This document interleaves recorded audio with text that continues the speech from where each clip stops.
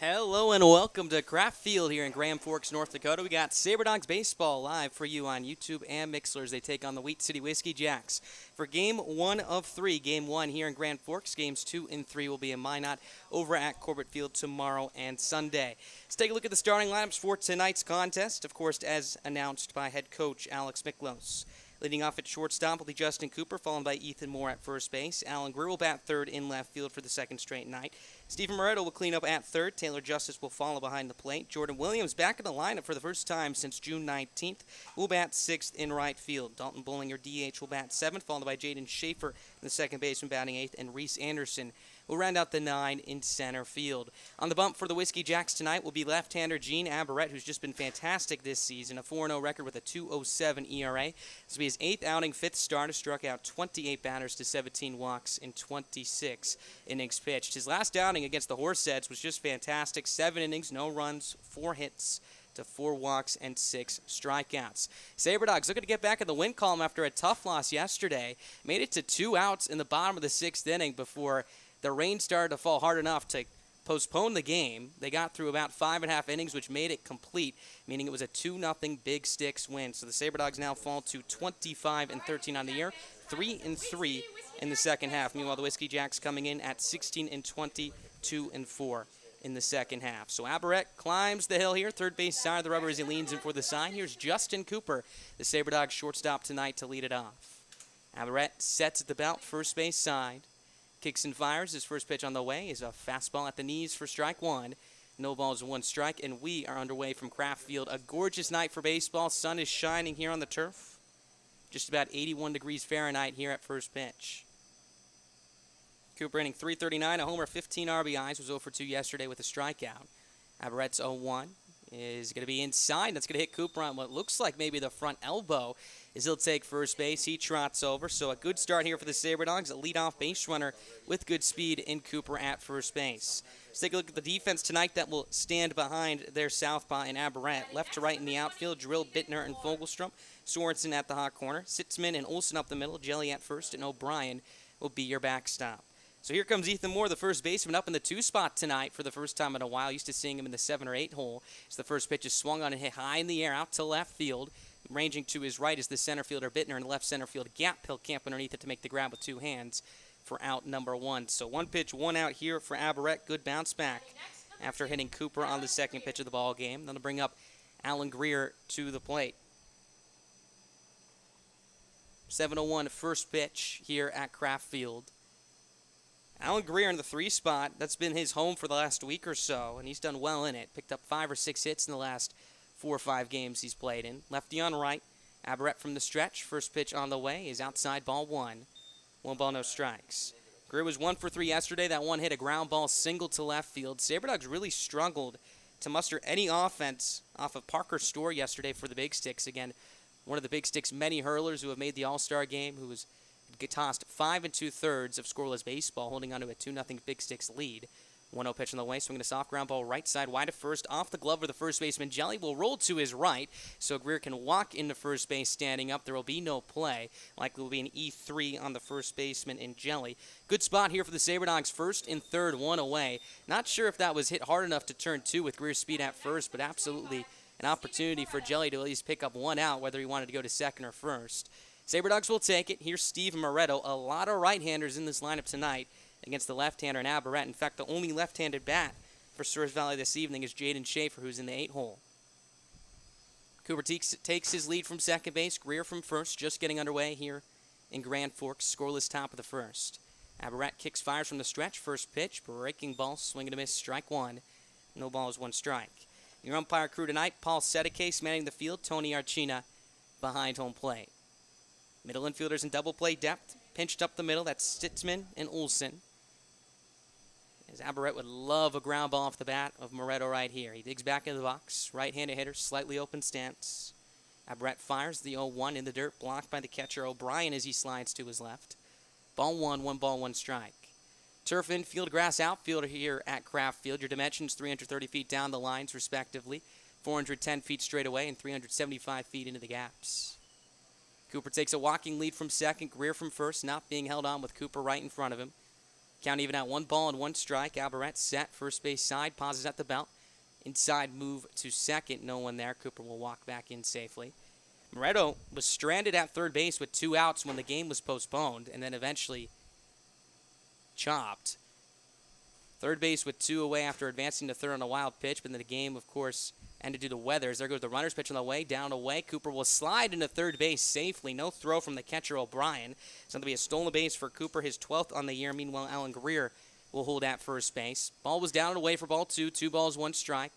Cooper now 90 feet away, representing what would be run number 1 of the night for Souris Valley. Alvarette still a double play ground ball away from getting out of this jam unscathed. Greer takes his lead from first. Great speed as well. 26 stolen bags on the year.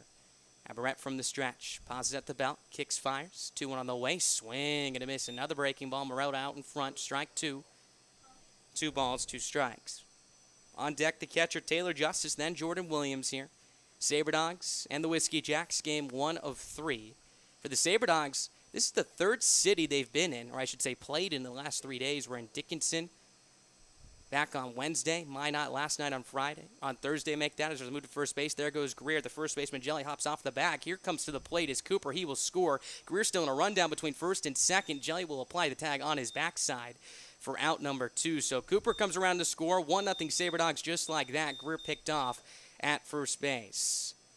Again, Greer looked like was going on first movement with the left-hander, and Alvarette on the mound, who made a quick move over to first base. Greer was caught in his tracks in the rundown. Stayed in it long enough to allow Cooper from third base to score. So now 2 outs, 1 run in. Still no hits for Souris Valley, but the bases are empty. Here's the 2-strike pitch to Moretto. Swing and a miss for strike 3. Good work by Alvarette to limit the damage to 1 to get out of trouble as the SaberDogs bring around 1 run to score on no hits and an error. Running to the bottom of the first, just getting underway here at Kraft Field. 1-0 SaberDogs, your score as you're listening to Expedition League Baseball live on the Souris Valley SaberDogs Radio Network.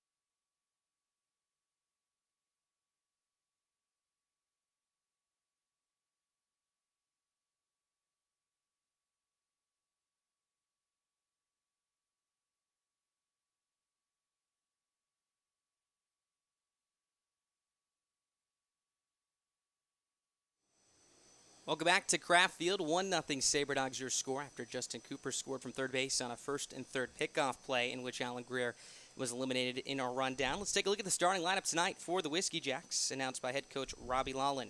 Leading off, the designated hitter will be Caleb McDowell, followed by Ethan Sitzman, the shortstop. Jake Jelly, the first baseman, will bat third. Cleaning up will be Jackson Sorensen, your hot corner tonight. Nolan Drill, the left fielder, will bat fifth, followed by Houston Fogelstrom, the right fielder. Dean Bittner, your center fielder, will bat seventh. Keenan O'Brien, eighth behind the plate. Garrett Olson will round out the 9. On the mound for Souris Valley this evening will be the All-Star, Kyle Bratzett. 1-1 record so far this season, 4.43 ERA.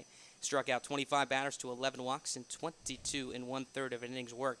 His last outing against the Moo was a more difficult one for him. 4 innings, 4 runs, all of them earned, 3 hits, 4 walks, 6 strikeouts. First pitch on the way to McDowell is a fastball that misses up and in. Ball 1 as he leans out of the way. 1 ball, no strikes. McDowell back in the Whiskey Jacks last game on July 6th, went 0 for 2 with a run batted in. 1-0 from Bratzett. Fastball outside corner, knee high. Perfect spot, strike 1. 1 ball, 1 strike. So the Whiskey Jacks coming off of a couple of days off here. refreshing themselves as they enter play here tonight against the SaberDogs for the first time since the end of May. So the next pitch is a fastball swung on and fouled straight back, strike two. 1 ball, 2 strikes. And again, for two teams that play in the same division, very close to each other, this will just be the 4th time they see each other this year. They'll see each other 3 times in as many days now here this weekend. Bratsit twists and fires. Here's his 1-2 pitch on the way to McDowell. Fastball misses outside, ball 2. 2 balls, 2 strikes. For McDowell, having a good year, 297, 4 homers, 18 RBIs. Count even at 2. Bratsit turns, kicks and tosses. His 2-2 on the way. Swinging a line drive right up the box into center field for a base hit as it hops out to the center fielder and Reese Anderson. So a leadoff single for Caleb McDowell right out of the gate that puts the tying run at first base here with nobody out. Let's take a look at the starting defense tonight for the SaberDogs. They'll defend for Bratsit. Left to right in the outfield, Alan Greer, Reese Anderson and Jordan Williams, Stephen Moretto at third base, Justin Cooper and Jaden Schaefer up the middle, Ethan Moore manning first, and Taylor Justice will be your catcher. Once again, the San Jose State combo and Bratsit and Justice working together here tonight. Big lead at first base for McDowell, has 8 stolen bags on the year. First pitch on the way from Bratsit is a swung on and chopped down the first base side and foul. Strike 1. No balls, 1 strike. Sitzman hitting .242, 12 RBIs, 5 stolen bags in the year. We saw him back on the opening series back in late May to open up the year here in 2021. Righty on right as Bratsit comes set from the third base side, sets at the belt. Kicks and fires the 0-1 pitch, swinging a soft ground ball on the first base side and foul again. Strike 2. No balls, 2 strikes. So a couple of late swings here from Sitzman. Cope that with the arm side run of that fastball from Bratsit, making it a little bit more uncomfortable at the plate here. We'll see if he triples up on it. Again, does not have to throw a strike right here ahead. No balls and 2 strikes.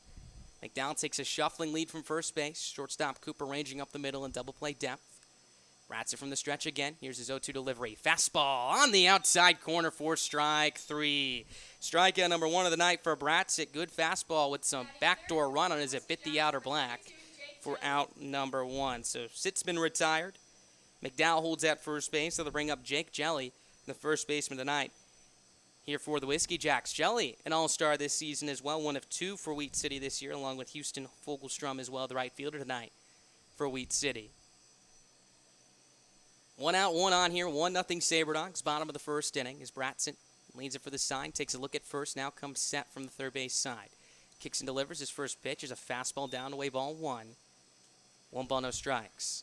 This is the first time the SaberDogs have come out here to Grand Forks to play the Whiskey Jacks this season. Again, Whiskey Jacks usually playing in Canada, but with some border complications with COVID-19 going on. Playing here in Grand Forks this season. Beautiful ballpark here in Grand Forks as the 1-0 is swung on and missed for strike 1. Make that swung on and foul off to the right side. 1 ball, 1 strike. Here with 1 down. Got a lot of trees over the outfield walls. Almost looks like a forest here, especially if you're used to Minot, where trees are hard to come by over in the Magic City. As Bratsit leads it for the sign again. McDowell takes his lead from first. 1 ball, 1 strike, 1 down. Bratsit kicks and delivers. Pitch on the way, swinging a bounding ball to short. Cooper to his right, fields in on a couple hops, goes to second for 1. Schaefer's relay to first is not in time, as Jelly will beat it out, so it'll be a 6-4 fielder's choice. McDowell eliminated at second base. Jelly safe at first. 2 down now, so they'll bring up Jackson Souris in the third baseman tonight. Slow developing play right there. High, soft chopper to the right. Make that the left side of the infield. Cooper got to it as quick as he could. Slung it over to his second baseman, Schaefer. But Jelly was able to beat it out. So lefty on right now. Big left-hander to the plate in Sorensen. Hitting .310, 3 homers, 18 RBIs. As Bratsit comes set, third base side. Kicks and delivers. Pitch in the way. Fastball grazes the outside corner for strike 1. No balls, 1 strike. 1 run, no hits, no errors for the SaberDogs. No runs, 1 hit, 1 error for the Whiskey Jacks thus far. Bottom of the first inning. Bratsit checks over at first, now comes set, stares at his catcher Injustice as he delivers the next pitch. Swing and a foul off the mask of the home plate umpire for strike 2. No balls, 2 strikes here with 2 down. The runner at first base, and Jelly was heading towards second, and it looks like they are not going to call that a foul ball, so it looks like it went off the edge of the glove of Justice to the backstop. If that is still the case, it will be a pass ball. They're going to pitch up in the strike zone, and that will be the case. So a passed ball advances Jelly to second base. He's in scoring position now, representing the tying run. However, Bratsit a strike away from getting out of this jam. He toes the third base side of the rubber with his right foot, ball in his glove, right hand behind his back. He brings the 2 together as he comes set. Kicks and delivers. The 0-2 on the way. Swing and a miss for strike 3. 3 pitches, 3 strikes. Retires Sorensen via the punch-out. 2 strikeouts in the frame for Bratsit as the Whiskey Jacks strand the tying run in scoring position. That sends us to the top of the second. SaberDogs lead at 1-0 as you're listening to Expedition League Baseball live on the Souris Valley SaberDogs Radio Network.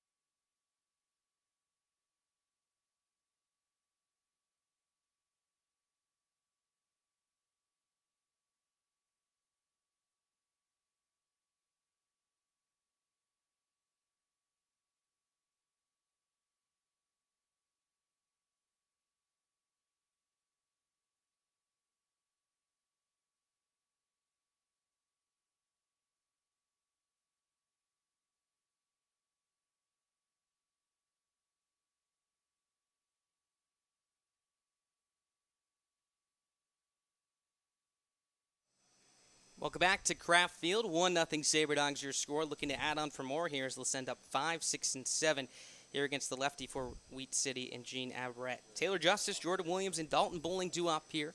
Again, a lot of right-handers in this lineup against the Southpaw and Averett. We'll see if that plays a role into tonight's ball game. But as we mentioned, Averett has been very good this year. A 2.07 ERA coming into tonight's ball game. And in fact, if you take out his 2 outings against Pierre and Sioux Falls on June 20th and 26th, he hasn't given up a run in any other outings. At the first pitch to Justice is swung on and popped up shallow right. Going out to the second baseman Olson as he'll make the catch in shallow right field for out number 1. So 1 pitch, 1 out here as Justice is retired. That'll bring up Jordan Williams to the plate. In fact, those 9 innings combined against Pierre and Sioux Falls, which were both on the road, he gave up 9 earned runs, struck out 11 batters, walked 9. Take those out, and he has a 0 ERA this season. Here's Jordan Williams. His return to the lineup for the first time since June 19th. First pitch on the way is a fastball that misses inside, ball 1. 1 ball, no strikes. Williams had a rib injury that he suffered back against the Trappers just a few weeks ago, sliding into third base. Good to see him back in the lineup. We'll only play a few innings tonight. Again, Alex Mickler's just trying to slowly urge him back into the lineup as the next pitch is a fastball that misses inside for ball 2. 2 balls, no strikes. And when Williams has been healthy, he's been tremendous, hitting .405, 3 homers, 17 RBIs. Has a hitter's count right here, 2 balls, no strikes. Averett settles at the belt, first base side, lifts and delivers. The pitch in the way is upstairs for ball 3. 3 balls, no strikes, here with 1 down. He suffered that injury, talking about Williams sliding into third base, which he had to do multiple times in that inning. He stole third base successfully once. It was overturned, however. He had to be sent back due to batter's interference. So the next pitch is on its way. Fastball misses down away for ball 4. So Williams will take the walk on 4 pitches. A 1-out base runner here for the SaberDogs. First walk surrendered by Averett tonight is out to bring up Dalton Bowling to the plate. So Williams stole third base. The throw got away from the third baseman to left field, so he would come around to score. That play was then overturned after the home plate umpire at the time called batter's interference. So he was then sent back. Then stole third successfully again. That's where he injured the rib. So the first pitch to Bowling is a fastball knee-high outside corner, strike 1. No balls, 1 strike. Next inning he was taken out due to that rib injury, and we haven't seen him since, but it's good to see him back in the lineup again. One of the most daunting bats in this league. Really fills out what's one of the best outfields in this league as well. So the 0-1 is swung on and softly hit left side. Shortstop Sitzman tosses, takes it to the second base bag for 1. His relay to first base is not in time. Bowling will beat it out. So that'll be a 6 unassisted fielder's choice. Williams retired at second base. Bowling safe at first. 2 down now. So they'll bring up Jaden Schaefer. And like we saw last inning with Justin Cooper at shortstop, this time it's Sitzman, the shortstop. Another soft ground ball. Slow developing play here as he had to charge it. Took it to the second base bag unassisted, but as the ball slowly rolled out to him, that gave Bowling a couple of extra steps down the first base line, and he runs well, was able to beat it out. Here's Jaden Schaefer, lefty on left. First pitch on the way is at the knees, inside corner, strike 1. No balls, 1 strike. Schaefer hitting .230, 13 RBIs on the year. 1 for 2 in a walk a couple nights ago in his last appearance. Bowling right in front of the eyes of the left-hander Navarrete. As there he goes for a pitch on the way. He's upstairs, so then a second from the catcher. O'Brien is not going to be in time, as Bowling will take second base with the slide. His 6th stolen bag of the year. O'Brien thought he had him, took about 5 or 6 steps towards the first base dugout. A perfect throw right at the ankles of the shortstop and Sitzman, who applied the tag immediately on Bowling, who, according to the field umpire Paul Sedeke, slid in safely. So Bowling in scoring position now with 2 outs. He'll be going on contact as Schaefer digs back in. Slightly open stance. Maroon barreled bat, black handle as he waves back and forth awaiting the set of Aberrett. Aberrett now settles at the belt. Kicks and delivers the 1-1 pitch on the way. Swing and a miss. Big rip on a breaking ball that grazes the plate as it touches the ground for strike 2. 1 ball, 2 strikes. Schaefer took a big rip on that one, almost fell to one knee. He'll have to protect now here with 2 strikes. 1-0 SaberDogs, top of the second inning. Schaefer trying to trade places with Bowling, who stands at second, who reached on the fielder's choice moments ago. Aberrett from the stretch. The 1-2 on the way. In the dirt, blocked by the catcher, and O'Brien gets away to his left. Bowling will scamper into third base standing up. That'll be a wild pitch. The count now runs to 2 balls and 2 strikes here with 2 outs. Looks like Bowling got a little bit of a late read on that one right there. Again, maybe tough angle for him to look at as the catcher and O'Brien slid to his left to block it. Well, a little bit behind him and to his left towards the third base on deck circle. So Bowling gets to third without a play. He's now 90 feet away. Still going to take a base hit or a pitch to the backstop to score him here with 2 outs. Aberrett lifts and delivers. His 2-2 on the way. Swing and a miss for strike 3. Tag applied by the catcher O'Brien as that will retire the side. Another bender for Aberrett as he picks up his 2nd strikeout of the night. Both have ended the 1st and 2nd innings, respectively. That heads us to the bottom of the 2nd inning. 1-0 SaberDogs, your score. Whiskey Jacks looking to get on the board for the first time tonight when we come back.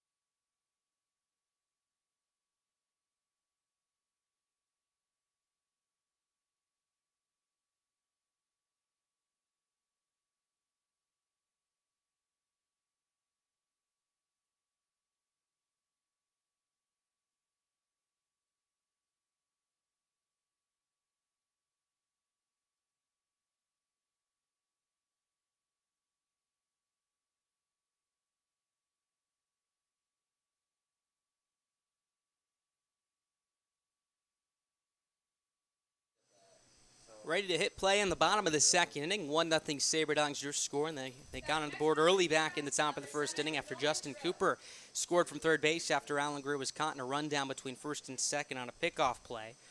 Holding on to that 1-0 lead are the SaberDogs as Kyle Bratzett will look to keep it that way. 5, 6, and 7 due up for Wheat City. Nolan Drill, the left fielder, will lead it off. Righty on right, Bratzett going from the wide, pivots towards third, lifts and delivers his first pitch on the way. Fastball, outside corner, strike 1. No balls, 1 strike. Bratzett picked up 2 strikeouts in the first after giving up the leadoff single to McDowell. Was able to weave out of trouble early on as the 0-1 pitch is on its way. Fastball swing and a foul straight back off the plexiglass behind home plate for strike 2. No balls, 2 strikes. I would have caught that one if I had my glove here. Unfortunately, the plexiglass was in the way. Bratzett climbs the hill again, shakes off Justice once, now twice. Now comes set in agreement. As he turns, kicks, and fires, the 0-2 on the way. Swing and a line drive, foul off to the right side, out of play. Count holds at no balls and 2 strikes. Drill, Fogelstrom, and Bittner due up here. While the SaberDogs lead, the Whiskey Jacks have the only hit of the night. That was McDowell, who singled right up the box in the center to open up the bottom of the first. 0-2, fastball, misses down away, ball 1. 1 ball, 2 strikes. Very calm evening here in Grand Forks. The flag is straightaway center field, completely still as it hangs down. Wind not a factor as we speak. As Bratzett winds and delivers the 1-2 pitch on the way. Swing and a foul straight back off the backstop again. As the count will hold at 1 ball and 2 strikes. Sounds like a gunshot as that thing hits the backstop here behind home plate. I'm sure you can hear in the background. Very cool angle we have here at Kraft Field. used to the elevated behind home plate. Here we are field level as Bratsit delivers the 1-2 pitch on the way, swinging a soft flare to the right side. First baseman Ethan Moore will camp underneath it to make the grab in foul territory for out number 1. So 1 down here to open up this frame for Bratsit as he induces a pop up to first. That is now 4 in a row retired after the leadoff single, as that brings up Houston Fogelstrom, the right fielder, to the plate. Fogelstrom was 0 for 3 back a couple nights ago with the strikeout, now hitting .280, 5 homers, 20 RBIs. As we mentioned earlier, one of 2 representatives for the Whiskey Jacks that will head to Casper in a couple weeks for the All-Star game. Bratsit winds and delivers the first pitch. Swing and a miss. Strike 1, laid on a fastball in the outside corner. No balls, 1 strike. It'll be very fun to see the All-Star game in Casper. Starts on July 19th, a 3-day break. SaberDogs will send 7 players to the All-Star game this year. The 0-2 is cut on and missed for strike 2. No balls, 2 strikes. Bratsit, one of them, the starter tonight. Kanan Schwabe, Alan Greer, Bo Brewer, Colin Hannigan. Justin Cooper as well. Jaden Beck will join the party as well. 0-2 from Bratsit. Fastball swing and a miss for strike 3. Good morning, good afternoon, good night. As Bratsit punches out Fogelstrom on 3 pitches. That is K number 3 on the evening. 2 up, 2 down, 5 in a row retired now. So that brings up Dean Bittner, the center fielder, to the plate. Very similar look to this ball game early on than we saw yesterday. Again, a pitcher's duel between Dominic Parkhurst and Parker Storr. As Bratsit winds and fires, his first pitch on the way is a fastball swung and a popped up right side, slicing out of play. Strike 1. No balls, 1 strike. Very quick ball game. Again, we got through about just underneath 6 innings in what seemed like 2 hours. As Bratsit shakes once, now nods, turns and fires. The 0-1 pitch on the way. Swing and a miss. Strike 2. Fastball up in the zone. No balls, 2 strikes. Bratsit very efficient so far, attacking the zone very aggressively. A lot of first pitch strikes as well. He turns, kicks, and tosses. The 0-2. Fastball misses outside. Ball 1. 1 ball, 2 strikes. And really in that Big Stick SaberDog series, pitching was the story. Minor on Tuesday night, throwing an absolute gem. Eric Wallington for the SaberDogs as well. As Bratsit winds and tosses, the 1-2 on the way. Swing and a foul straight back. Count will hold at 1 ball and 2 strikes. SaberDogs used to high-scoring games, and a lot of times they graze just underneath 4 hours or so. We've seen plenty of 4-hour-plus ball games as well. But the last week or so, pitching has been the story. Quick games, several under 3. As well as 3:15 as the next pitch is swung on and missed for strike 3. Kyle Bratsit, what a start for him as he's in a rocking chair tonight. That is now 6 in a row retired. He has struck out 4 Whiskey Jacks bats through 2 innings of work. We're heading to the top of the 3rd. SaberDogs lead it 1-0 as you're listening to Expedition League Baseball live on the Souris Valley SaberDogs Radio Network.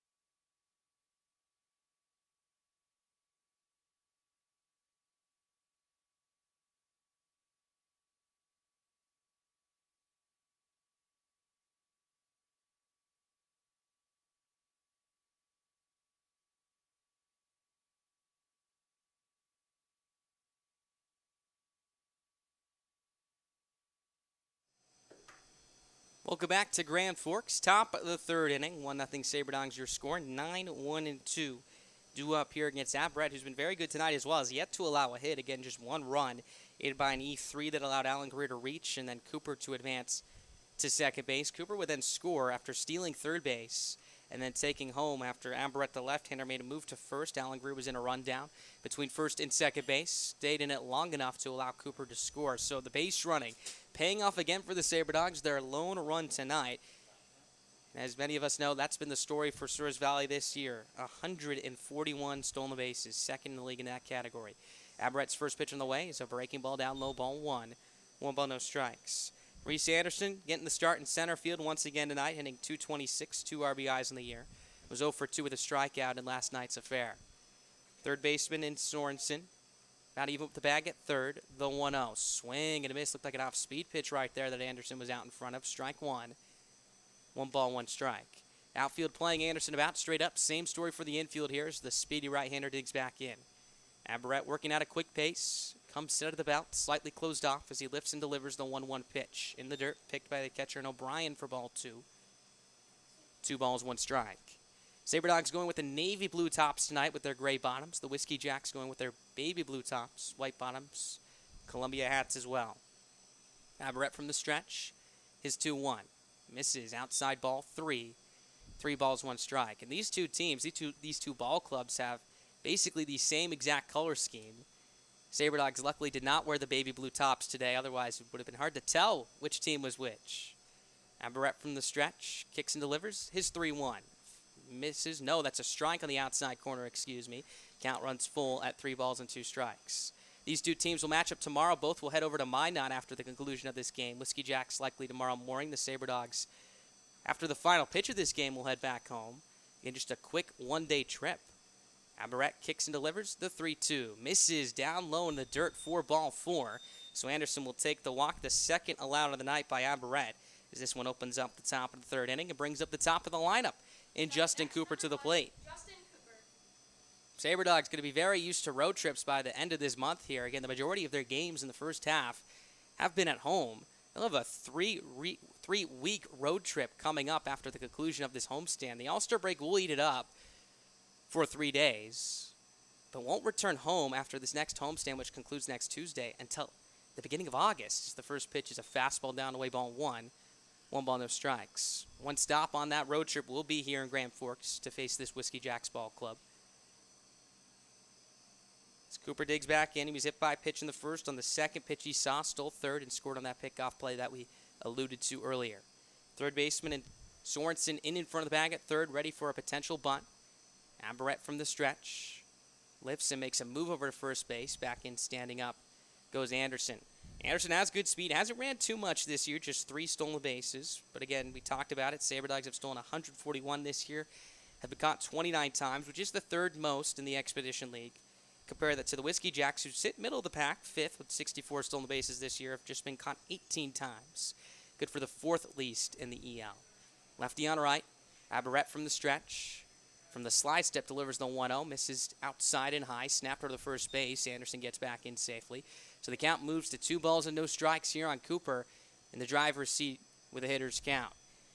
On deck, Ethan Moore. Then it'll be Alan Greer here. Good spot for the SaberDogs to string along a couple more runs right now. Still looking for their first hit. Aberette kicks and delivers. Next pitch on the way is a fastball, middle of the plate, strike 1. 2 balls, 1 strike here with nobody out. Do it for the Whiskey Jacks in the bottom of the 3rd inning. They'll send up 8, 9, and 1. Keenan O'Brien, Garrett Olson, and Caleb McDowell. Cooper taps the plate a couple times, digs back in, waves his black bat back and forth, now carries it above his right shoulder. Aberette pauses, kicks, fires, 2-1, runner goes, swinging a soft ground ball left side, shortstop, and Stitzman was ranging up the middle, now moves to his right, throws to first on the run, pick on the back end by Jelly, is in time to retire Speedy Cooper for out number 1, a 6-3 put out. But again, that was much more difficult for the shortstop, Sitzman, than it looks like in the scorebook. Was ranging up the middle to cover second base after Anderson took off. Hit and run was likely in play as Cooper chased a pitch well to the strike zone. Hit a soft dribbler past the left side of the mound. Sitzman, the shortstop, had to change directions quickly, move to his right, then throw across his body on the run. Was able to get it to first base and was aided by a nice pick by Jelly at first. Cooper retired now. Anderson at second with 1 down. First pitch to Ethan Moore is swung on and missed for strike 1. No balls, 1 strike. Big rip from Moore as he falls to 1 knee. Aberette takes him off of that one right there. Moore, a powerful right-handed hitter, leading the ball club in home runs with 5. Flew out to left center field his last time up. Anderson ready to run. Arms in left to right in the outfield. Drilled Bittner and Fogelstrom. Aberette from the stretch. Check second a couple times. Another inside move. Back standing up goes Reese Anderson. More, in fact, a lot of his home runs have come on the road, which is interesting because if you look at almost every other offensive category for him, his splits at home are much better as the 0-1 is swung on and missed. Strike two looked like he was out in front of an off-speed pitch right there. Count now moves to no balls and 2 strikes here with 1 down. His best game of the year did come at Corbett Field just about a week and a half ago against Pierre, driving in 7 runs, 2 homers on that night as well. But if you go back to the road trip a couple weeks ago where Souris Valley was in Dickinson and Sioux Falls, he homered in 3 consecutive nights, including one that was blasted almost 400 feet to left center as the 0-2 is swung and grounded wide to third. That's in a left field 4-base hit. Anderson getting the wave around. Drill up within his left. His throw to the plate is not in time as Anderson slides in safely. Heading for second is Moore. He'll get in safely. His throw from the catcher O'Brien is not in time. So Ethan Moore checks in with RBI number 30 on the year. That extends the Sabre Dogs lead to 2. It's now 2-0 here in the top of the 3rd inning. A soft ground ball to the left side. Sitzman, the shortstop, was ranging up the middle. Third baseman Sorensen could not get it as he ranged to his left. And again, was softly hit, so the left fielder Drew had a lot of ground to cover charging in. Moore was able to make that. Anderson was able to slide in safely. The throw was not bad from the left fielder and Drill, just late. Ethan Moore with his head up, advanced to second on the throw. So that's also the first hit of the night for Souris Valley. Here comes Alan Greer to the plate. First pitch on the way is over the middle of the plate for strike 1. No balls, 1 strike. Greer 0 for 1, reached on an E3 by the first baseman Joey's last time up. Moore, good speed, takes a shuffling lead from second base. Aberrant leaves it for the side, settles at the belt, first base side. Kicks and fires, his 0-1 is inside, ball 1.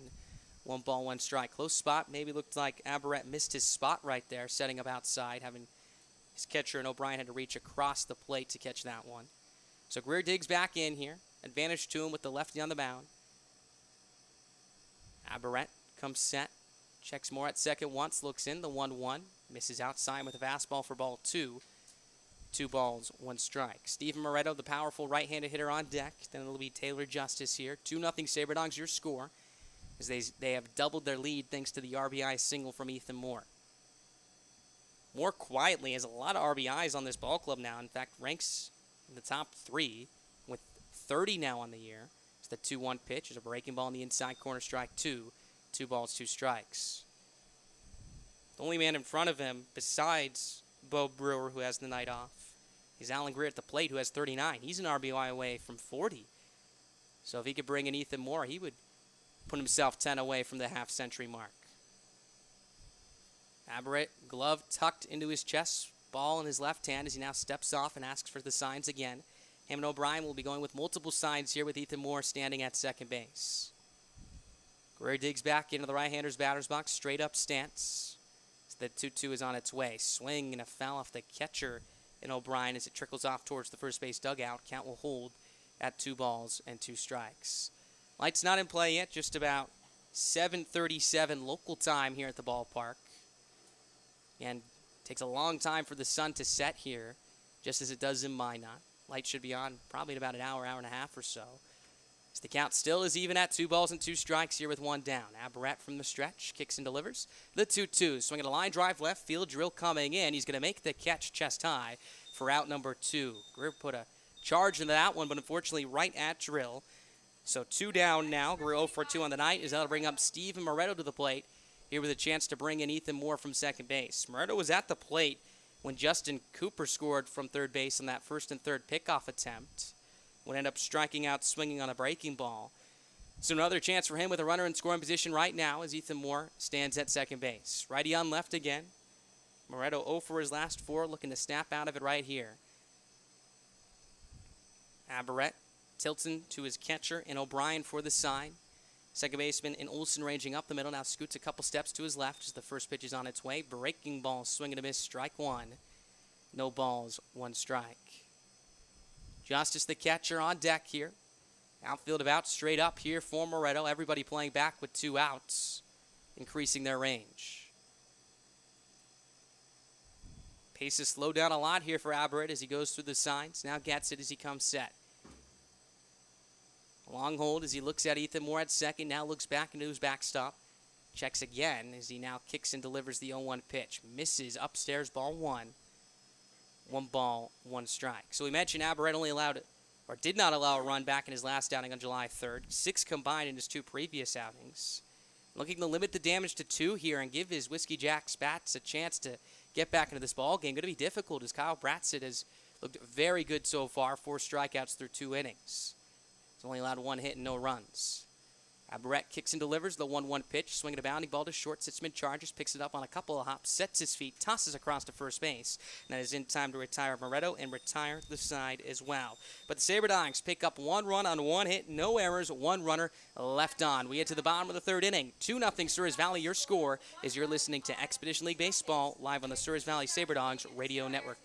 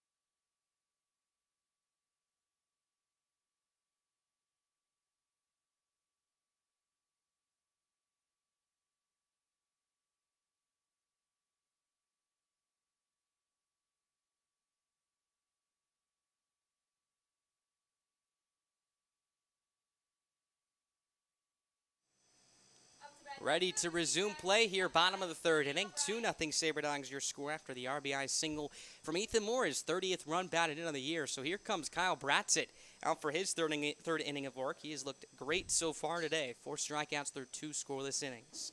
8, 9, and 1, 2 up for the Whiskey Jacks. First pitch from Bratzett is swung on the line, foul to the right side. Strike 1. No balls, 1 strike. A lot of late swings, particularly from right-handers tonight against Bratzett. A lot of late life on that fastball. A lot of arm side run on it as well. Has really commanded it well tonight. Down on top of that is the 0-1 is swung on and missed. Strike 2. No balls, 2 strikes. He's been able to hit both sides of the plate with it, running it in on the hands of righties and then able to backdoor it on the outside corner, which has been a lethal combination tonight. Is the 0-2 is a fastball that rises upstairs, nicks off the glove of the catcher, justice to the backstop. Ball 1. 1 ball, 2 strikes. And Bratzett, the big note for him so far, too, is getting ahead early, aggressive with the strike zone. We'll see if he starts to stray away from the fastball second time through the order. Again, it seems like he's throwing that about 90-95% of the time so far tonight. As the next pitch is a fastball outside, ball 2. Count evens up at 2 balls and 2 strikes. He will face the lineup for the second time through at least once this inning, as Caleb McDowell, the top of the order, is due up 3rd. Bratzett's 2-2 on the way. Fastball swung on and pop foul off to the right side. Count will hold at 2 balls and 2 strikes. But at the same time, may ride it for as long as he can, try to keep the rest of his repertoire in his back pocket until he really needs it. Shortstop Cooper ranging up the middle. Second baseman Schaefer deep in the 4-hole with all these late swings. So the 2-2 is swung on off the fists line softly into the first base dugout. Count will hold at 2 balls and 2 strikes. And there's the prime example of that pitch working perfectly right there. Starting in the middle third of the plate, gliding towards that inside corner, almost off by a couple inches. So the right-hander in O'Brien took a hack on it, hit him in almost the handle of his bat as he softly nicked it foul.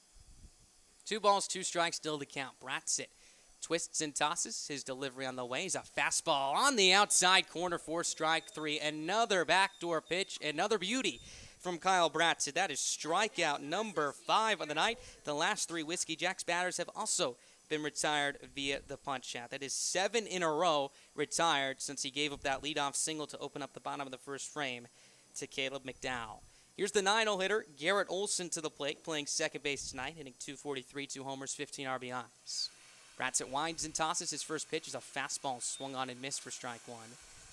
No balls, 1 strike. This Whiskey Jacks offense has struggled a bit this year. 10th in hits, 10th in runs, 12th in on base, 7th in slugging. As Bratsit turns, kicks and fires. His 0-1 pitch misses, down away, ball 1. Rolls to the backstop as the count evens up at 1 ball and 1 strike. SaberDogs faced them for the opening series back on May 25th. They took 2 out of 3 in that series. SaberDogs outscored the Whiskey Jacks 42 runs to 18 in that 3-game span. As there's a swing and a comebacker, softly hit to Bratsit, bobbles on the first try, recovers, flips to his first baseman Ethan Moore in time to retire Olsen for out number 2. 8 in a row retired now on the 1-3 putout. So that brings up Caleb McDowell for the second time tonight. McDowell, as we mentioned, has put the only ball in play hit hard against Bratsit tonight. A hard line drive back up the middle in the center field for a base hit. Would be retired on the 6-4 fielder's choice off the bat of Jake Jelly. Looking to start something here, second time through the lineup against Bratsit. Bratsit's first pitch, fastball, swing, and a foul off the ground, then the back shoulder of the right-hander of McDowell for strike 1. No balls, 1 strike. McDowell going with the classic look, no batting gloves tonight here, with the blonde bat as well.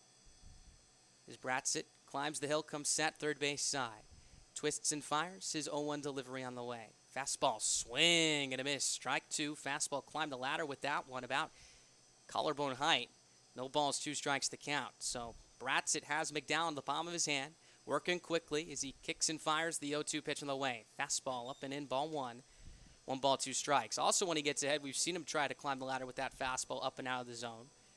Whiskey Jacks have done a relatively good job of laying off of it right here. We'll see what him and Justice come up with for pitch number 4. 1-2, fastball, swinging a ground ball, right side, Schaefer to his right, picks it up on a couple of hops, steps across, throws to first base. That is in time to retire McDowell and retire the side as well. Bratsit faces the minimum for the second straight inning. He has now retired 9 in a row as that sends us to the top of the 4th. SaberDogs lead it 2-0 live here from Kraft Field.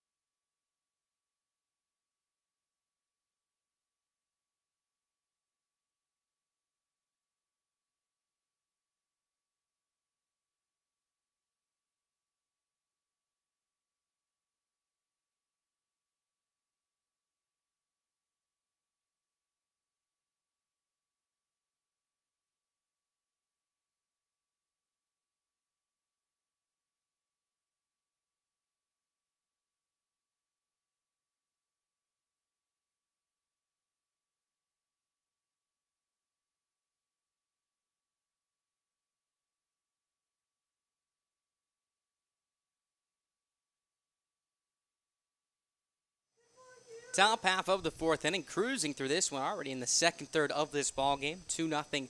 Souris Valley, your score, just a couple of hits combined on both ends. 1 for the SaberDogs, 1 for the Whiskey Jacks. SaberDogs picked up their first on the Ethan Moore RBI single in the top of the 3rd. They'll look for more here. Here's Taylor Justice to lead it off against the lefty Aberrett.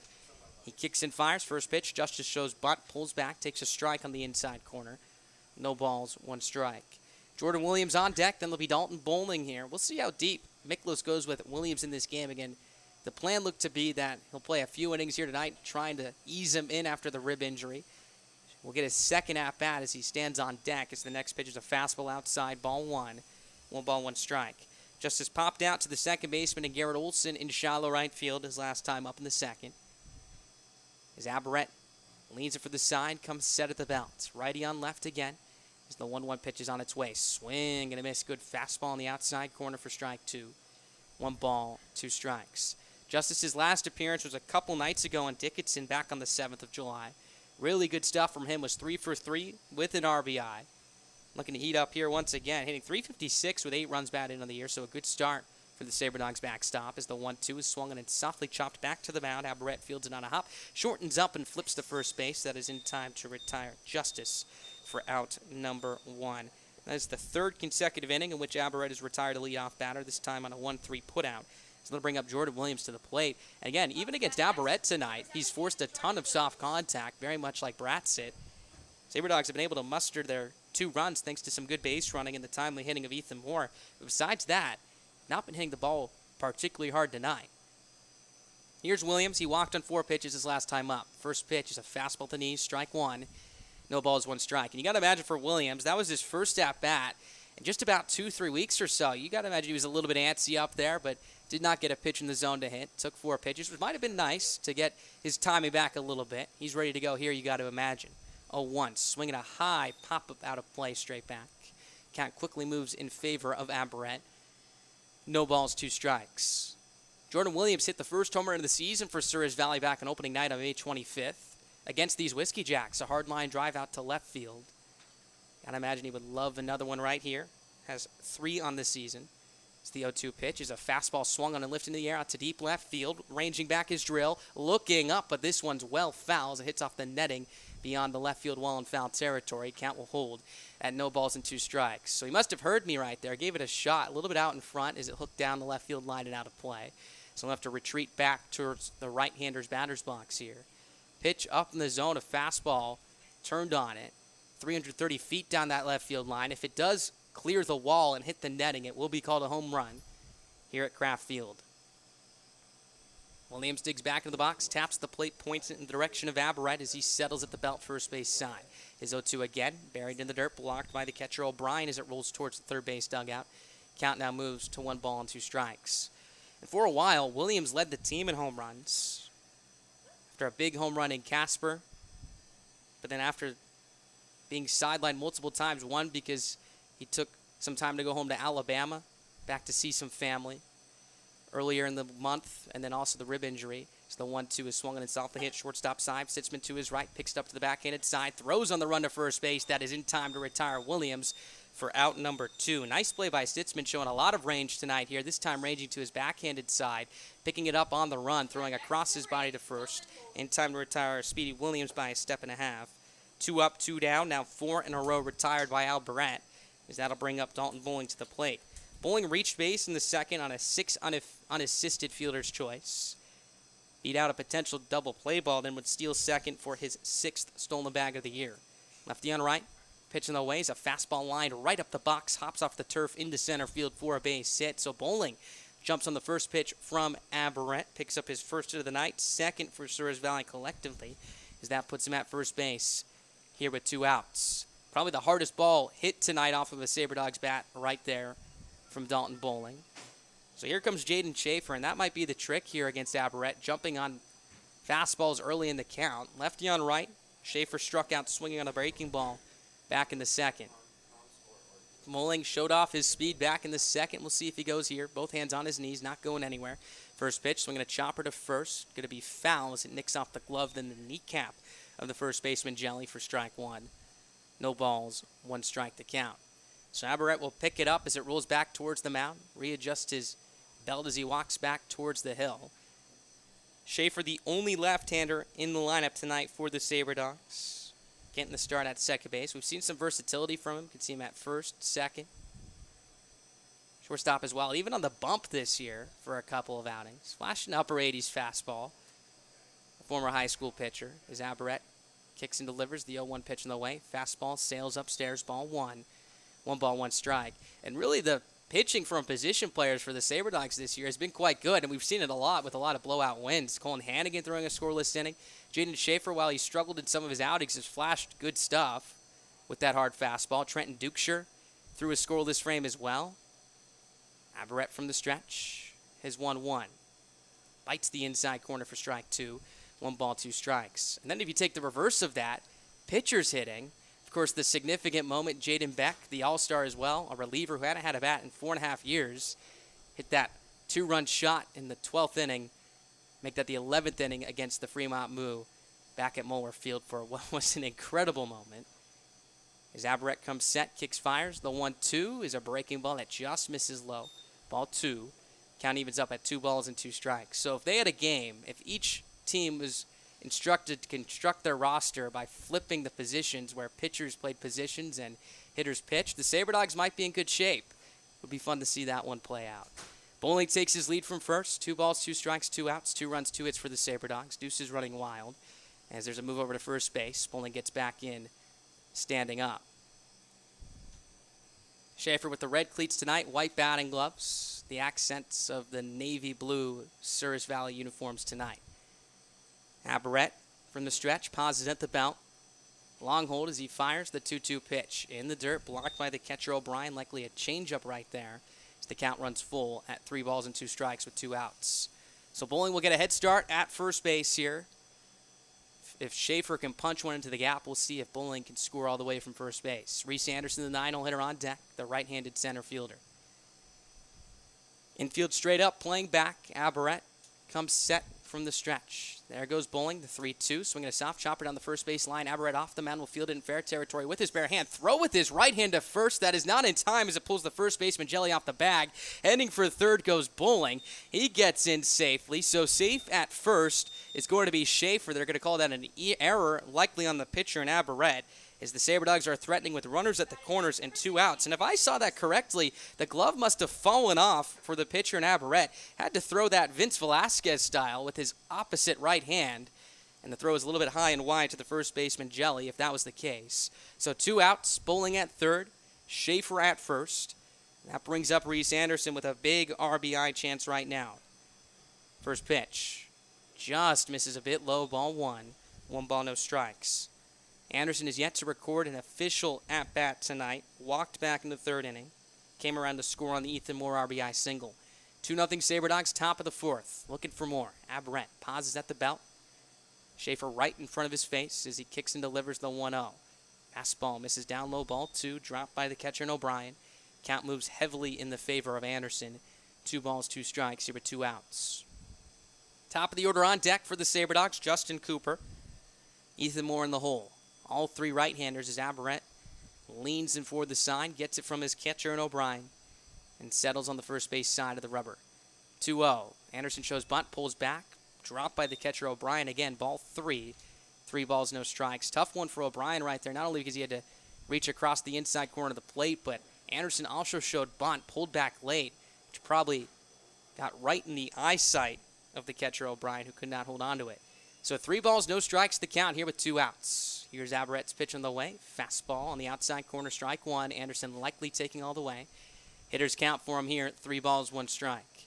Good speed on the base paths. Bowling takes a walking lead from third base. Schaefer from first. Anderson, 2 RBIs on the year. He digs back into the right-hander's batter's box. Aberrett kicks and delivers the 3-1. Off-speed pitch on the outside corner for strike 2. Count now runs full at 3 balls and 2 strikes. So back-to-back 3-2 counts here. Schaefer will get a head start at first base.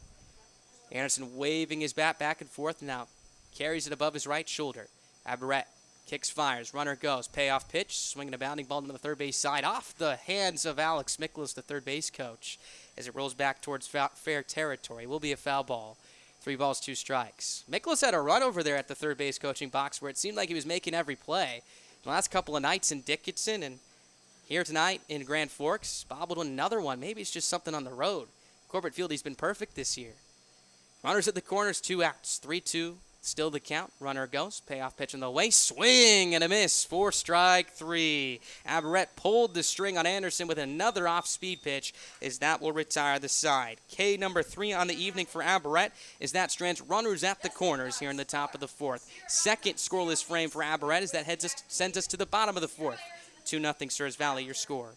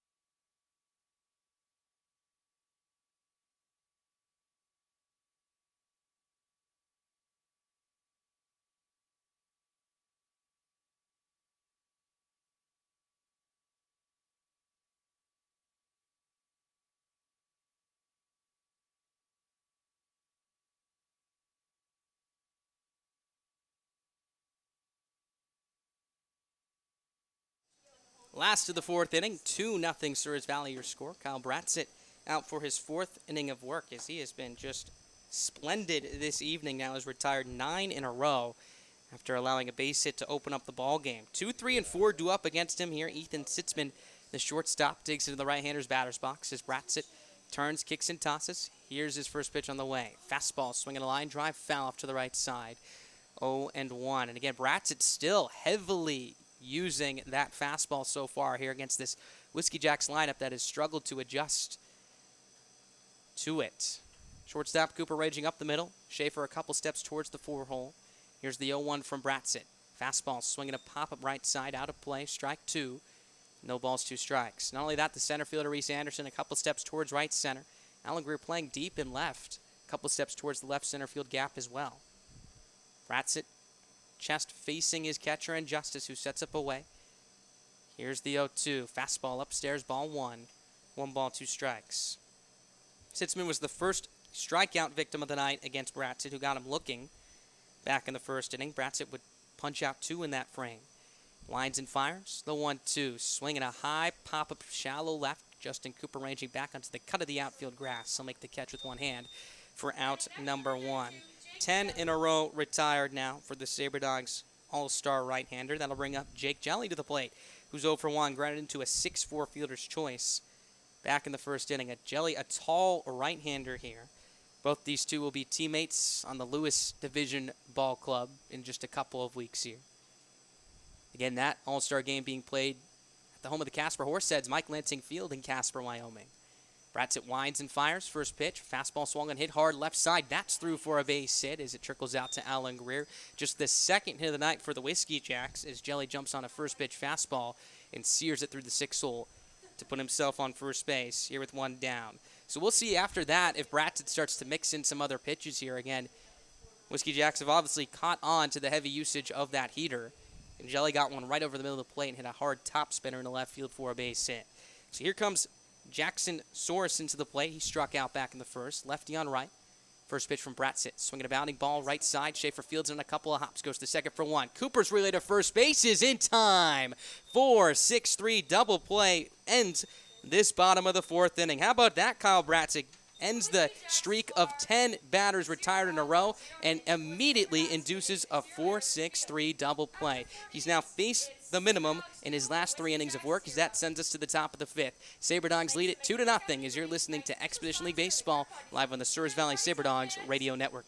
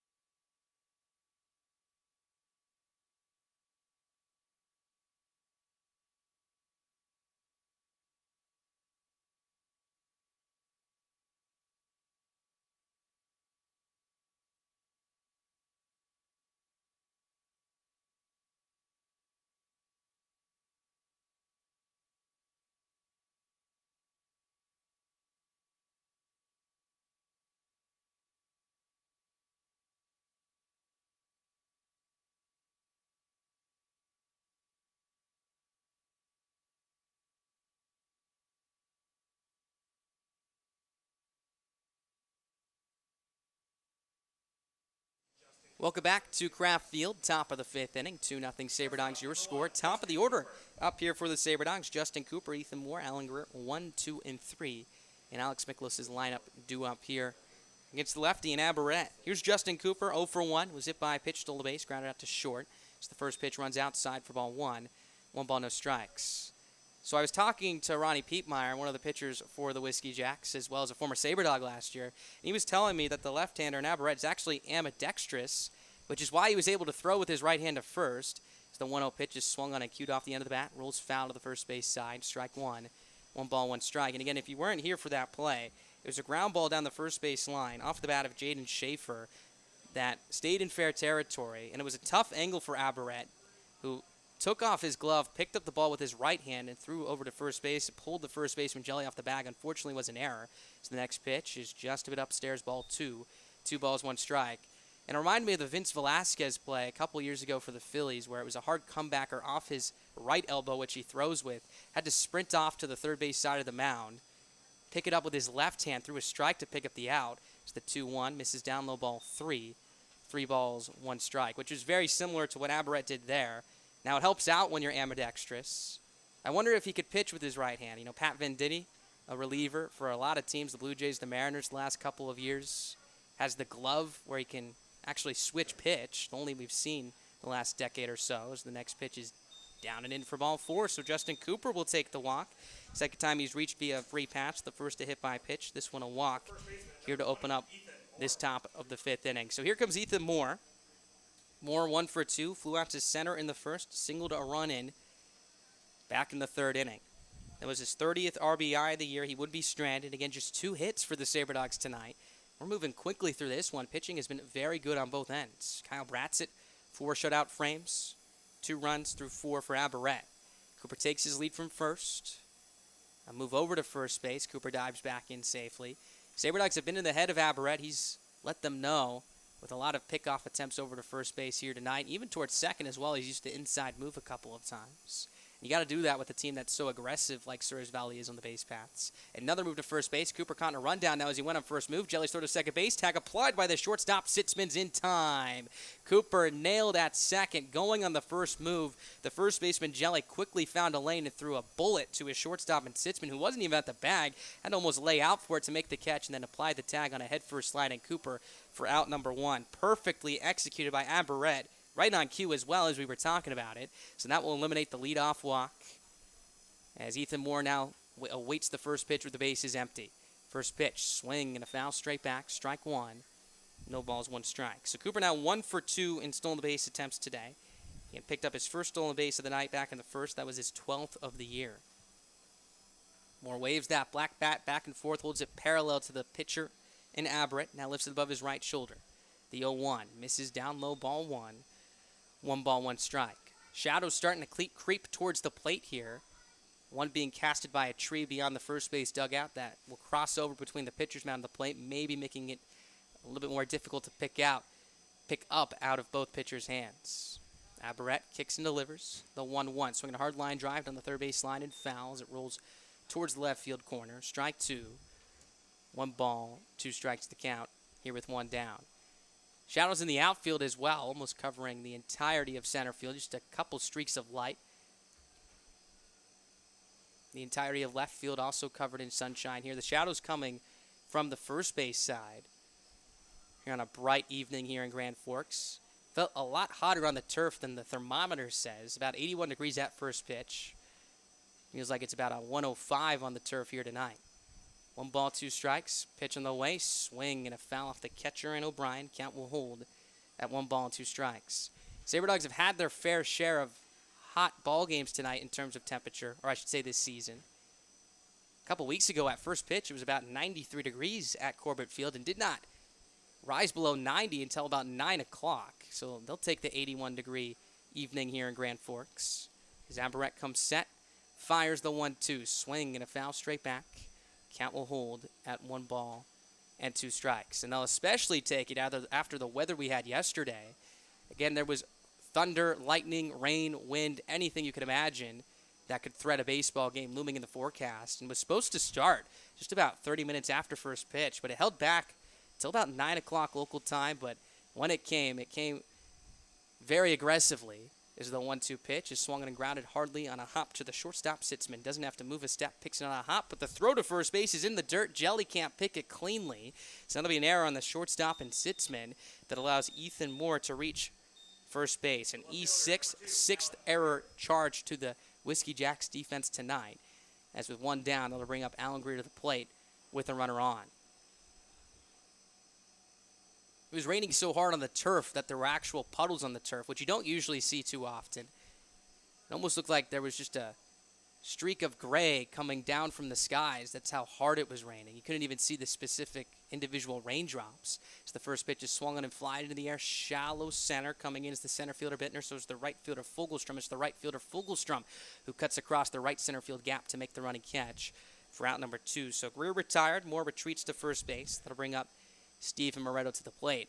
And for the SaberDogs, what made that game so tough is that's the second time they've been in a close game with the Big Sticks this year that unfortunately has ended in just about 6 innings due to weather. The other was on June 8th, a 6-3 loss through 6 innings. The SaberDogs were close in the ball game with. The other last night, a 2-0 deficit with 2 outs in the bottom of the 6th. The first pitch to Moretto is swung on and flying into the air. Right field slicing away from Fogelstrom as he heads towards the right field line. This one will drop foul for strike 1. So Moore, who was already standing on third base, essentially, will have to head back to first. Moretto back to the right-hander's batter's box as well. But unfortunately, those are the rules. Major League Baseball plays by them as well. So a couple of tough losses for the SaberDogs in games that have been cut short. There's no doubt that the full game will be played tonight here with sun shining bright. There are some clouds in the sky, but nothing too daunting as Moore takes his lead from first base. No balls, 1 strike to count as Aberrett comes set at the belt. Kicks and delivers. His pitch on the way. Swinging a line drive, right center field. This one's down for a base hit as Fogelstrom will cut it off. Tapping second and heading for third is Moore. The throw back in is cut off by the shortstop Sitzman. A single for Steve Moretto, his first of the night. That breaks an 0-for-5 skid as that puts runners at the corners with 2 outs for the second consecutive inning for Souris Valley. As we're going to see Taylor Justice come to the plate now with a chance to drive in a run. Not only that, but Drew Miller emerging on deck. Very likely will pinch hit for Jordan Williams if he were to come up in this inning as Miller walks towards the third base on deck circle. So here comes Justice, 0 for 2, popped up to second, grounded out softly to the pitcher Aberrett back earlier on in the 4th. Aberrett makes that, comes set from the first base side. Righty on left again as he delivers the first pitch. Fastball knee-high outside corner, perfect spot for strike 1. No balls, 1 strike. Moretto, that line drive to right center. Besides the bowling single to center, the hardest hit ball we've seen tonight from a SaberDogs bat, a screamer into the gap in right center. Fogelstrom did a good job to cut that one off early on to hold Moore to third base. 0-1 pitch on the way. Looked like an off-speed pitch that just misses outside for ball 1. Count evens up here with 2 outs. Justice looking to pick up an RBI. Had 1 back in Dickinson a couple nights ago, as 8 on the year. 2-0 SaberDogs, your score. Top of the 5th. The 1-1. Misses up and away, ball 2. 2 balls, 1 strike. For the Whiskey Jacks, in what will be the bottom of the 5th inning, they'll send up 5, 6, and 7. Nolan Drill, Houston Fogelstrom, and Dean Bittner. The SaberDogs backstop digs back in the box, drags his bat across the plate, now holds the bat up in the air in the direction of the Whiskey Jack southpaw, who now comes set and fires the 2-1. Swinging a high fly ball right center field. Straight away about as Fogelstrom takes a couple steps in. He'll jog underneath it to make the grab with one hand, as that will retire the side. SaberDogs send 5 men to the plate, bring around no runs to score on a hit and an error, and strand runners at the corners for the second consecutive frame. That sends us to the bottom of the 5th, halfway through this one at Kraft Field. Your score, the SaberDogs 2, the Whiskey Jacks nothing.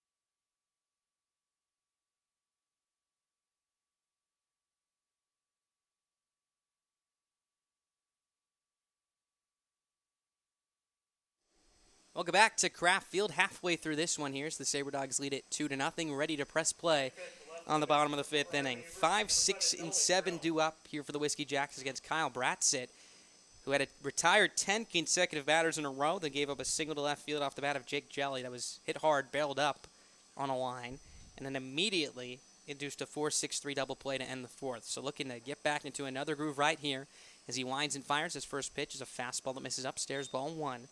One ball, no strikes.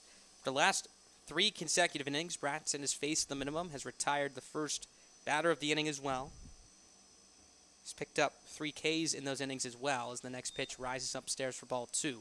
2 balls, no strikes. Just the second time through the order here for the Whiskey Jacks. Drill 0 for 1 tonight. Popped out to the first baseman Moore in foul territory his last time up.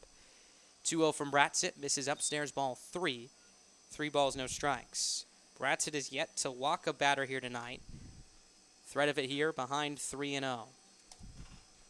He winds and fires. His delivery on the way to Drill is a fastball on the inside corner, strike 1. 3 balls, 1 strike. Drill, thinking that was inside, tossed his bat to the first base dugout. He'll have to retreat. For Bratzett, his last outing, walks were a struggle 4 through 4 innings. In fact, the same story before that, 4 and 3 1/3. But before that, it only walked 3 batters through his first 4 outings. As he winds and fires, the 3-1 pitch on the way is a fastball inside. That's going to hit Drill as it drills him on the front elbow. No pun intended. He'll take first base. Here to open up this bottom half of the fifth inning. And there's that arm side run from Bratzett right there, running a little bit too far inside. So a good opportunity here for the Whiskey Jacks to get something brewing here in this bottom of the fifth inning. Have just had 2 hits, one that opened up the game back in the first, another that came back in the fourth. That, as we mentioned, was eliminated on the double play ball. Have yet to get a runner into scoring position tonight, as that brings up Fogelstrom. First pitch, swing, and a foul straight back for strike 1. No balls, 1 strike. Fogelstrom 0 for 1, struck out swinging back in the second inning. The third punch out of the night for Bratzett. Currently has 5 here tonight. His season high is 7, which came back against Sioux Falls on June 12th. Bratzett from the third base side. Kicks and delivers the 0-1. Swing and a miss. Good fastball at the top of the zone. Maybe up and out. 4 strike 2. No balls, 2 strikes. Bratzett going from the stretch now. He's only done that a couple times tonight as he digs his right foot into the rubber, plants with his front foot as he tilts him for the sign. Ball tucked into his glove, which is also tucked into his chest as he brings his hand and glove together. Comes set. The 0-2. Swing and a foul straight back. Count will hold at no balls and 2 strikes. Do it for the SaberDogs in the top of the 6th inning will be 6, 7, and 8. And it looks like we have a defensive substitution. Drew Miller now in right field for Jordan Williams as expected. So Drew Miller will lead off the top of the 6th. 0-2 on the way. Misses down and away, ball 1. 1 ball, 2 strikes.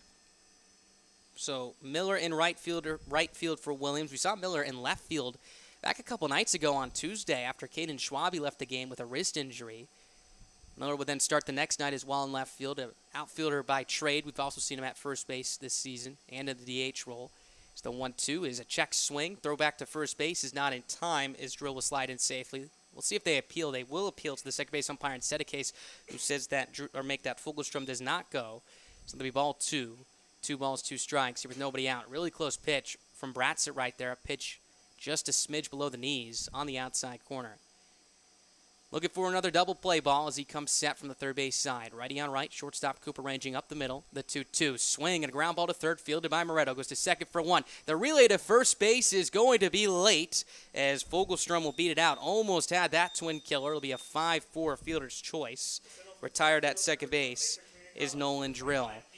Another soft ground ball got in on the hands of Fogelstrom as the shortstop Cooper had to cover on this play, who was on the left side of the second base bag from the home plate view because Jaden Schaefer was hugging the 4-hole. Don't see that too often where it's a ground ball to third base and the shortstop has to cover, but still made an efficient relay to first base, just a little bit late. So 1 down now. Fogelstrom at first. Next pitch is down and away. Glances off the glove of Justice. Reels it in quickly, which will hold Fogelstrom at first. Ball 1. 1 ball, no strikes. Bratzett ground balls have been the story for him tonight. So far, 1, 2, 3. Just a couple of balls in the air. 2 pop outs. No fly outs. As the 1-0 pitch is on its way, swinging a high pop-up right side of the infield, more backpedaling towards the first base line. He'll now readjust in towards the cut of the infield turf to make the catch with one hand for out number 2. So there's another pop-up. Vogelstrom retreats to first base. 2 outs as that brings up Keenan O'Brien to the plate. O'Brien 0 for 1, struck out looking back in the third, the most recent punch out for Bratson on this evening. The shadow casted from that tree beyond the first base dugout, now casting a shadow right across the difference between the pitcher's mound and home plate. So the first pitch is a fastball knee-high, good spot, strike 1. No balls, 1 strike. So the ball is coming out of Bratson's hand to the light, then travels into the dark, and then crosses the plate once again to the light. So a little bit harder to pick up if it wasn't already difficult tonight here against the SaberDogs right-hander. From the stretch, he kicks and delivers the 0-1. Swing and a miss, strike 2, good fastball away. Count quickly moves in favor of Bratsit. No balls and 2 strikes. Here with 2 down. Garrett Olson, the 9-hole hitting second baseman on deck. Vogelstrom takes his lead from first with good speed. Bratsit from the stretch. Lifts and delivers. There he goes. The 0-2. Swing and a miss for strike 3. Foul tip held on by the catcher, Justice, as that will retire the side. Strikeout number 6 on the night for Bratsit. 3rd time, make it the 4th time in this ballgame he's concluded a frame with a punch-out as well. That sends us to the top of the 6th. Drew Miller will lead it off for his first plate appearance of the night when we come back. 2-0 Souris Valley, your score.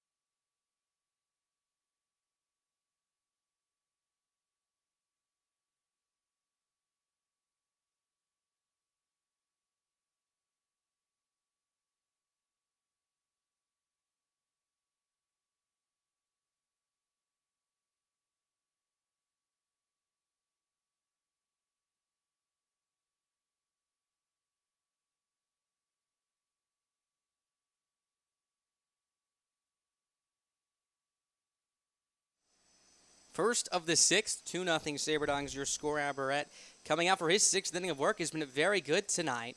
Again, if he can complete this inning without giving up a run or more, he would be eligible for a quality start, would be back-to-back quality starts for him. It's going to be Drew Miller to lead it off. Came into the game back last inning as a defensive replacement for Jordan Williams in right field. So Miller will dig in.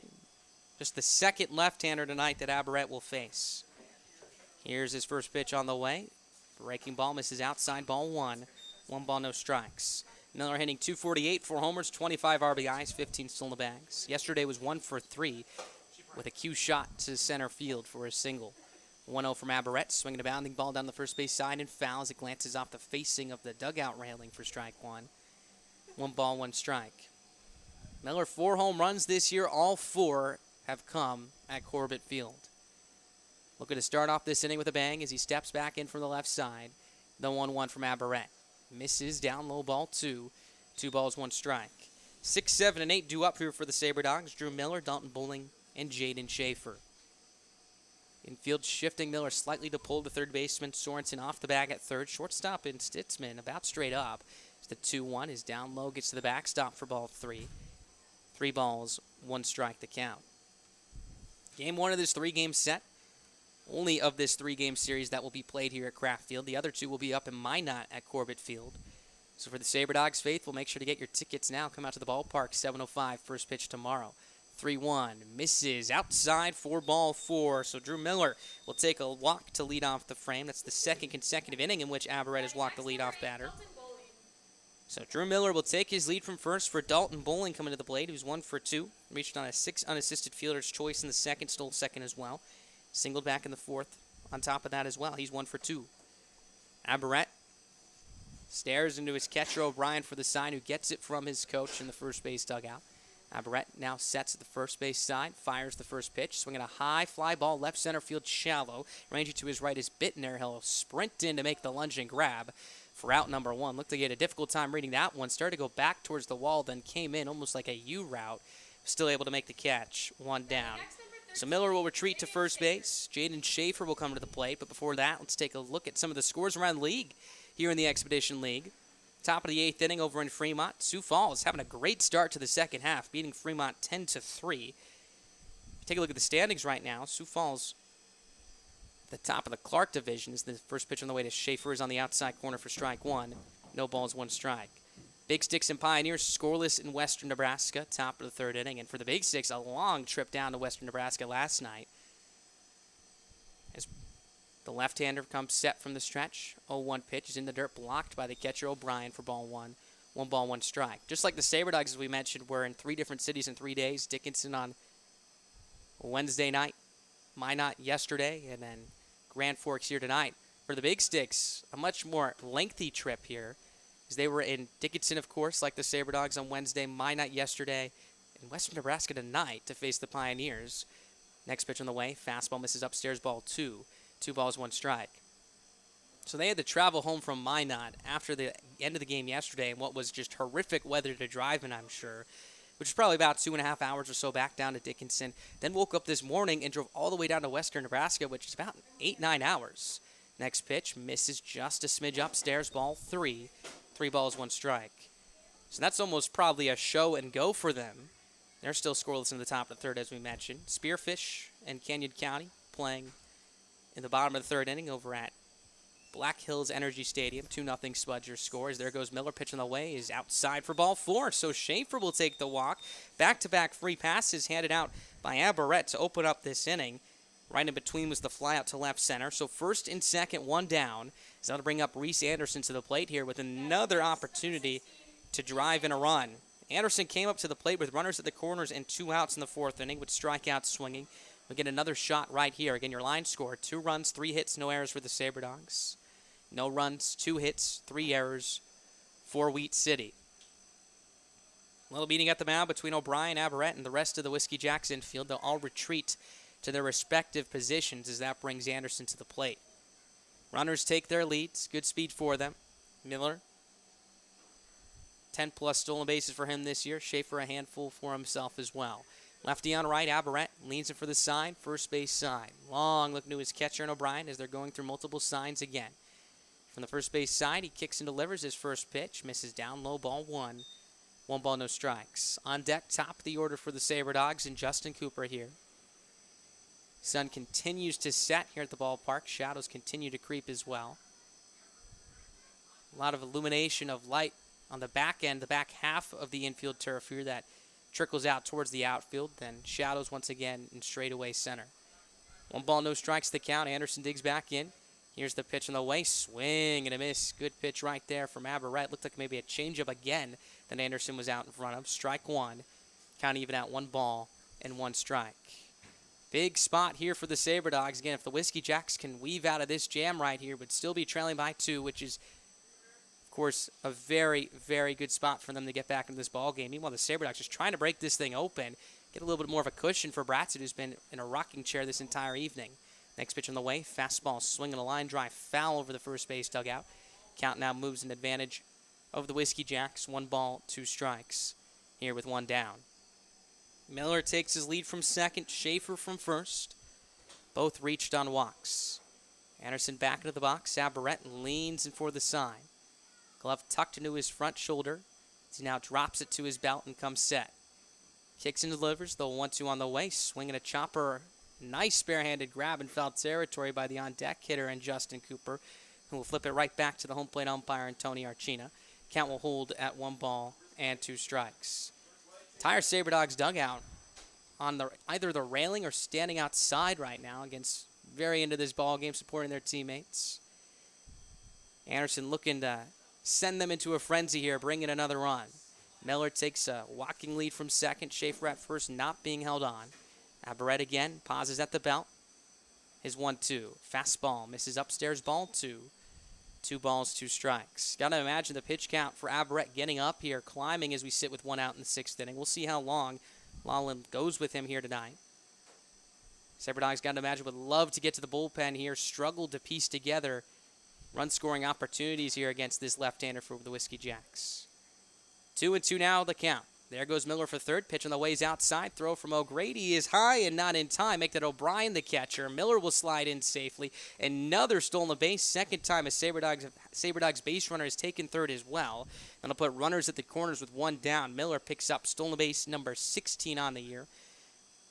The runner on first and Schaefer will hold. Good pitch to run on right there. A pitch up and away that forced O'Brien the catcher to reach to his right and then switch momentum and then throw across his body to third. Miller was able to slide in plenty of time. Payoff on the way to Anderson, swinging a soft chopper in front of the plate, picked up by the catcher and O'Brien. He'll pick it up, spin, and throw to first base. That is in time to retire Anderson for out number 2. But meanwhile in the play, Drew Miller will score standing up, a 3-0 SaberDogs lead, and Schaefer, who was running on the pitch, scampers into second base standing up. So that'll be a 2-3 putout. RBI for Anderson, his 3rd of the year, and the 3rd run of the night for Souris Valley. SaberDogs will take it again. Soft contact again against Aberette. A soft chopper in front of the plate. But the catcher O'Brien had to sprint out in front of the batter's circle to pick that up with his bare hand. Again, got the only out he could at first base to retire Anderson by about 2 or 3 steps. So 3 runs on 3 hits now for Souris Valley. Schaefer takes his lead from second. He'll be going on contact. Cooper looking for his first knock. The first pitch, swinging a high pop-up right field. First baseman Jelly on his horse. He'll watch it fly over his head out of play for strike 1. No balls, 1 strike.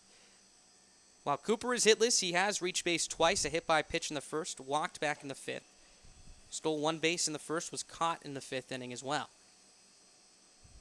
3-0 Souris Valley, your score with 2 outs here in the top of the 6th. And again, if Aberette can get out of this inning without allowing another run, he would still qualify for a quality start.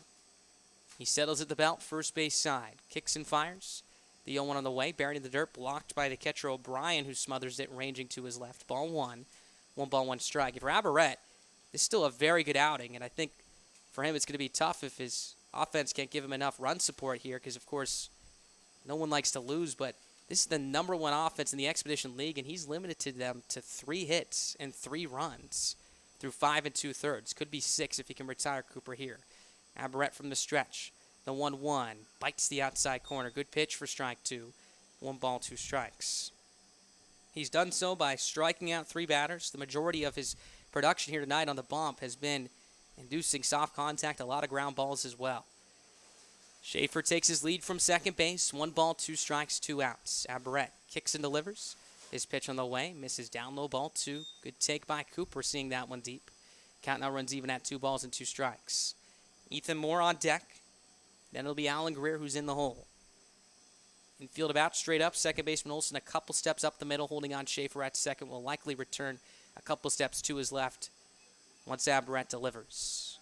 Aberette set. Kicks, fires. The 2-2 on the way. Buried in the dirt. Blocked by the catcher O'Brien again. Ball 3. Count now runs full at 3 balls and 2 strikes.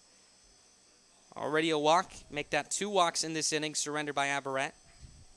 He's walked 4 in total throughout the entirety of the night. Make that 5. Cooper digs back in. Open stance from the right side. Aberette from the stretch. His payoff pitch on the way. Misses up and away for ball 4. Looked like that one slipped down as Cooper will trot over towards first base. His 2nd walk, 3rd time he's reached tonight. And there's the 3rd walk in the inning now for Aberette, as that will set up a 1st and 2nd spot here with 2 outs with Ethan Moore. And Lawland will at least let him face 1 more batter, just trying to get him an opportunity to finish this inning right here. Going to be a tough task with a powerful right-handed bat at the plate. Moore 1 for 3, singled in a run back in the 3rd. First pitch from Aberette on the way. Swing and a miss for strike 1. Moore out in front of a breaking ball. No balls, 1 strike. And they have been pounding Ethan Moore with off-speed pitches and breaking balls, catching him out in front. Moore has taken a big rip at them almost every single time. Did pick up a hit to left field his last time, or two times up ago, to drive in Reese Anderson from second base. Aberrett from the stretch. Lifts and fires the 0-1, swinging a fly ball center field. Ranging to his right is Bittner, now a couple steps in as well. He'll make the catch with two hands in straightaway center to retire the side. Aberrett has gotten through 6 innings, allowing just 3 runs and 3 hits, no errors, to the #1 offense in the Expedition League. That sends us to the bottom of the 6th. 3-0 Souris Valley. Your score as you're listening to Expedition League Baseball live on the Souris Valley SaberDogs Radios Network.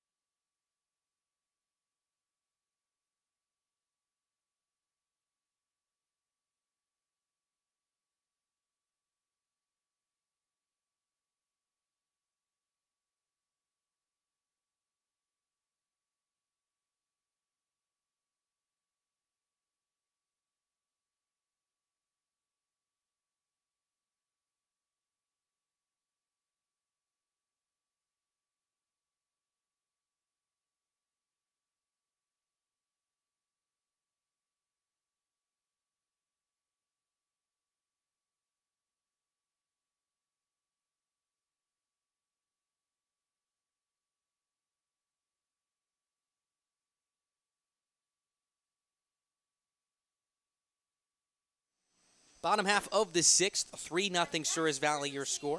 Going to be 9-1-2 due up here against Kyle Bratzett as he looks to get through his 6th inning of work tonight. Has allowed no runs on 2 hits, has struck out 6 batters thus far. Really good stuff tonight. Probably the best we've seen him this year. His best start was against the Trappers back in an 8-6 win. Went 6 innings, allowed 1 run, 4 hits, 5 strikeouts. It's the first pitch on the way to Olson is swung on and missed for strike 1. No balls, 1 strike.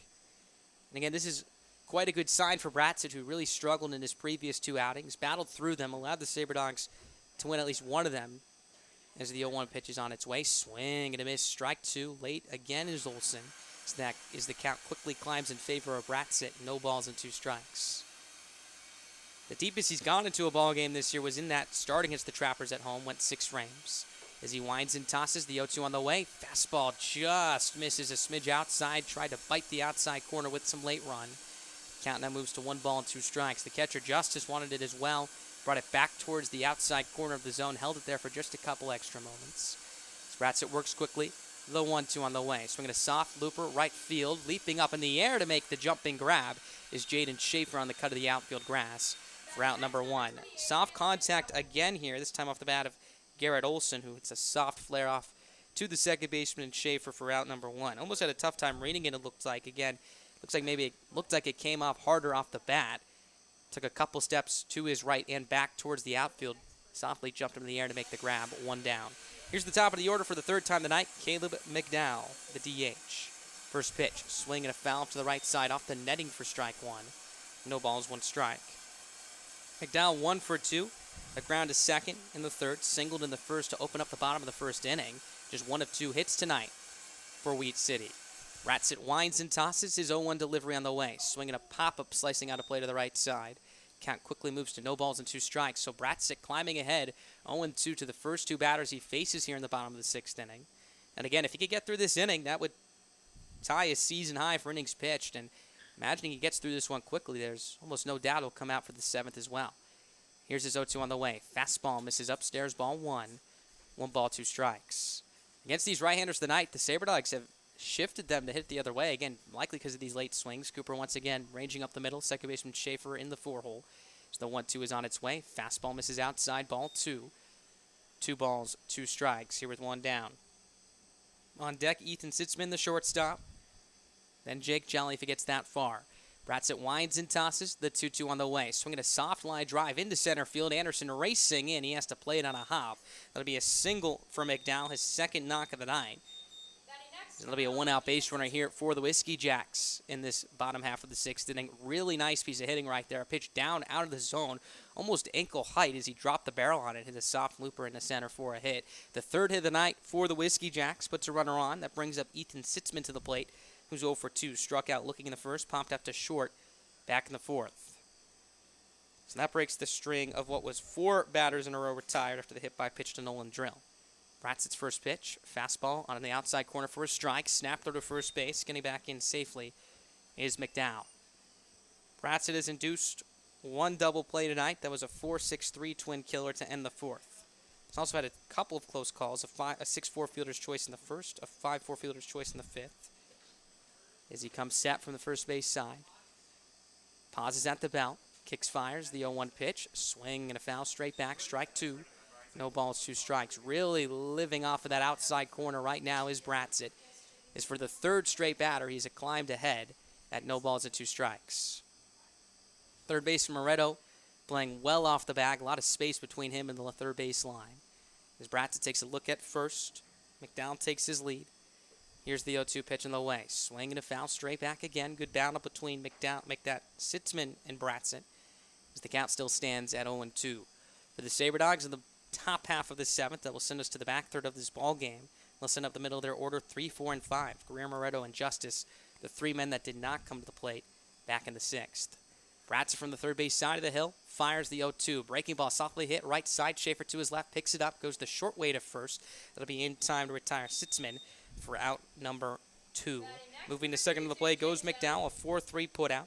That'll bring up Jake Jelly. And for the first time in what seems like a while, looked like Bratzett went with a breaking ball right there. A pitch running off the outside corner. Sitzman, the right-hander, stuck his bat out there, hit a soft one-hopper to Schaefer, who was already playing deep in the 4-hole, had to take about 4 or 5 steps to his left. By the time he fielded it, the runner moving from first base to McDowell was already basically standing on second. So McDowell will be going on contact here with 2 outs. Whiskey Jacks trying to break the shutout as Jelly comes to the plate. First pitch, swing and a miss, strike 1. No balls, 1 strike. Jelly 1 for 2, singled back in the fourth inning, swung at a first pitch fastball, hit a hard steamer through the 6-hole. Looks like Bratzett may have started in with an off-speed pitch right there, a pitch down and out of the zone that Jelly looked to be out in front of. Bratzett from the third base side fires the 0-1. Breaking ball misses down away, ball 1. 1 ball, 1 strike. So he's starting to mix it up here a little bit more through the third time through this Whiskey Jacks lineup. They've started to see the ball a little bit better out of his hand, it looks like, too. 3 base runners in the last couple of innings. Only had 1 through the first time through the order. Here's Bratzett's 1-1 on the way. In the dirt, picked by the catcher Justice, who thinks about snapping over to second, but he'll hold on to it. Ball 2. 2 balls, 1 strike. Jelly's driven in 23 runs this year. As the Whiskey Jacks hand the knob to their all-star to try and get them on the board for the first time tonight. Bratzett fires the 2-1 on the way. Perfect fastball in the outside corner, swung on and fouled off to the right side and out of play. Count now evens up at 2 balls and 2 strikes. So the first time tonight, the Whiskey Jacks really threatening right here. Have not had many runners in scoring position. As McDowell stands at second base. Bratzett comes set from the third base side, righty on right. Kicks and delivers, his 2-2 on the way, swinging a high fly ball deep left field. Going back is Greer, looking up, this one hits off the base of the wall in foul territory for a long, long strike 2. Again, Jelly just a little bit out in front of this one right here. Put a dent in that wall just 2 feet to the left of the foul line in left field. There was no chance for Greer to get it, who was ranging a bit more towards left center. He'll hold now at about straight away left. Again, a pitch that Jelly was out in front of, hooked down the left field line with some topspin, so he'll have to head back to the right-hander's batter's box. 2 balls, 2 strikes here with 2 outs. McDowell will head back to second base and take his lead. Jelly, the big right-hander, digs back into the box. Taps the plate a couple of times and lifts his barrel above his right shoulder. Bratzett from the stretch. Kicks, fires. The 2-2 on the way. Fastball down and away. Ball 3. Count now runs full at 3 balls and 2 strikes. Nice stop by the catcher and Justice, who was setting up a bit high in the zone. Had to reach down very quickly. Was able to catch it in the webbing of his glove to keep it from going to the backstop. Count now full here. 3 balls, 2 strikes. Bratzett's payoff pitch in the way. Swing and a high fly ball slicing foul off to the right side.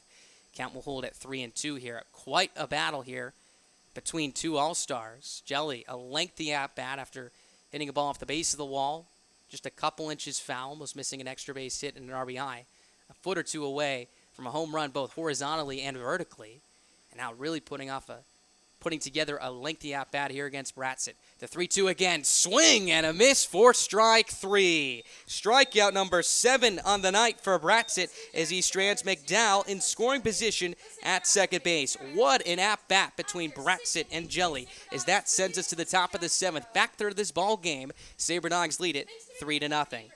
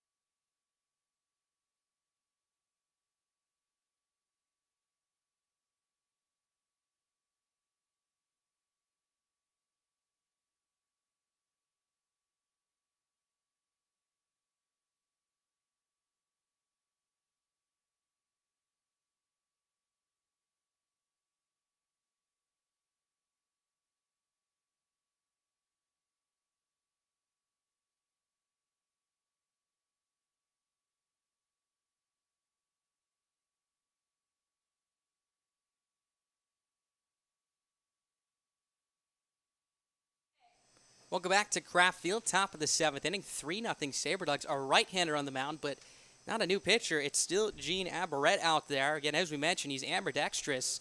Started the first 6 innings pitching from the left-handed side for the first time this year. He'll put on the left-handed glove, or the right-handed glove on his left hand to pitch from the right side. His first pitch to Alan Greer is a fastball upstairs, ball 1. 1 ball, no strikes. We'll see Michael Newstrom jog over to first base right there. So Aberrett making history right here. I'm not 100% sure on this, but I got to imagine this is the first ambidextrous hurler in the Expedition League. As Greer steps into the right-hander's batter's box, he's 0 for 3 tonight. Aberrett from the first base side leans it for the rubber, pauses at the belt. Kicks and fires, the 1-0. Fastball upstairs, ball 2. 2 balls, no strikes. Interesting that he decided to go with the left-handed started the game as a left-handed pitcher with all the righties in the Sabre Dogs lineup tonight. So the 2-0 pitch is on its way, swinging a high pop-up slicing out of play for strike 1. 2 balls, 1 strike. Obviously, with righties up at the plate, the right-hander always has the advantage, but with 8 right-handed bats in the Sabre Dogs lineup and just 1 lefty, he decided to go from the left side. And again, it was still effective. 3 runs through 6 innings, only allowed 3 hits. Here's his 2-1 pitch in the way. Fastball upstairs, ball 3. 3 balls, 1 strike. And again, if you want to look it up, this has happened before at the big league level. Pat Venditti, pitcher who's been around the league for a bit. Mariners, Blue Jays, Athletics. A switch pitcher, in fact, as the 3-1 is swung on a hit in the air out to deep left field, ranging back his drill at the track in front of the wall. He'll step underneath to make the grab for out number 1. So Greer gives it a ride, flies out to deep left. That'll bring up Steven Moretto to the plate. Venditti, unlike Aberrett, who looks to be picking one side per inning, or where he pitched the first 6 with his left hand, now here in the 7th with his right. Venditti was a switch pitcher just like a switch hitter. So he would decide which arm he would want to swing with, or I should say throw with, before every at-bat. So the first pitch to Moretto is a fastball upstairs, ball 1. 1 ball, no strikes. So for example, if a right-hander came to the plate, like a Mike Trout, he would pitch from the right side, and then let's say Jared Walsh, a left-hander's on deck. He would then switch to the left side, had a glove that could fit on both hands as the 1-0 was swung on and popped up, foul straight back for strike 1. 1 ball, 1 strike. In fact, pitched in the World Baseball Classic for Team Italy.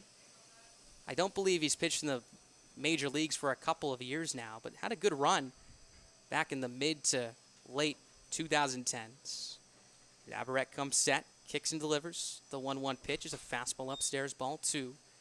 2 balls, 1 strike. And I got to wonder what this looks like for this Sabre Dogs lineup, who's faced Aberrett on one side through 3 times through the lineup. They're getting to the 4th. Here he is from the right side, and that's actually quite an advantage for a pitcher. So the 2-1 is up and away, ball 3. 3 balls, 1 strike. Because assuming your pitch count's in good shape, all of a sudden you can change up your looks, which makes it a little bit more deceptive through the 4th time versus if you only throw with one hand, which the pure majority of baseball players do. You got to be a little bit more creative with your pitch mix. As the next pitch is swung on and missed for strike 2. Pitch on the outside corner. Count now runs full at 3 balls and 2 strikes. Versus Aberrett tonight showed them everything he had from the left side 3 times through the lineup. Gets to the 4th time. Let's switch hands. Throw from the right. Payoff pitch on the way to Moretto. Swinging a high pop up third base side foul territory. Sorensen ranging towards the dugout. So is the catcher O'Brien. And a fly to play as the count holds at 3 balls and 2 strikes. So again, you don't see this too often here. History here at Kraft Field. And again, talking to some people with the Whiskey Jacks, this is the first time he's pitched from the right side this season. It's the first time in a game he's actually switched it up. We saw him earlier in the game, a soft chopper off the bat of Jaden Schaefer. Pitched it with his left hand, threw to first with his right. Next pitch on the way. Swing and a miss for strike 3. Moretto chased a pitch down and out of the strike zone. So it'll be the strikeout number 1 for Aberrett of the night from the right side. 2 up, 2 down here in the 7th, as that'll bring up Taylor Justice to the plate. Justice 0 for 3 today. Popped out to the second baseman, Olson. Grounded back to the pitcher in Aberrett in the 4th. Flew out to right. Back in the 5th inning. So Aberrett looking for a clean 1-2-3 inning here in the top of the 7th. Again, 3-0 Souris Valley your score. First pitch on the way. Swinging a ground ball right past Aberrett's back. Hits off the second base back. Hops up in the air and rolls in the shallow center field. Wide turnaround first for Justice. He'll hold there as he picks up his first hit of the night. Comes with 2 away here in the 7th. And that was like a ping pong ball right there. A hard steamer on 1 hop past the back of the pitcher, Aberrett. Then hit off the second base bag. Hopped about 25 feet in the air.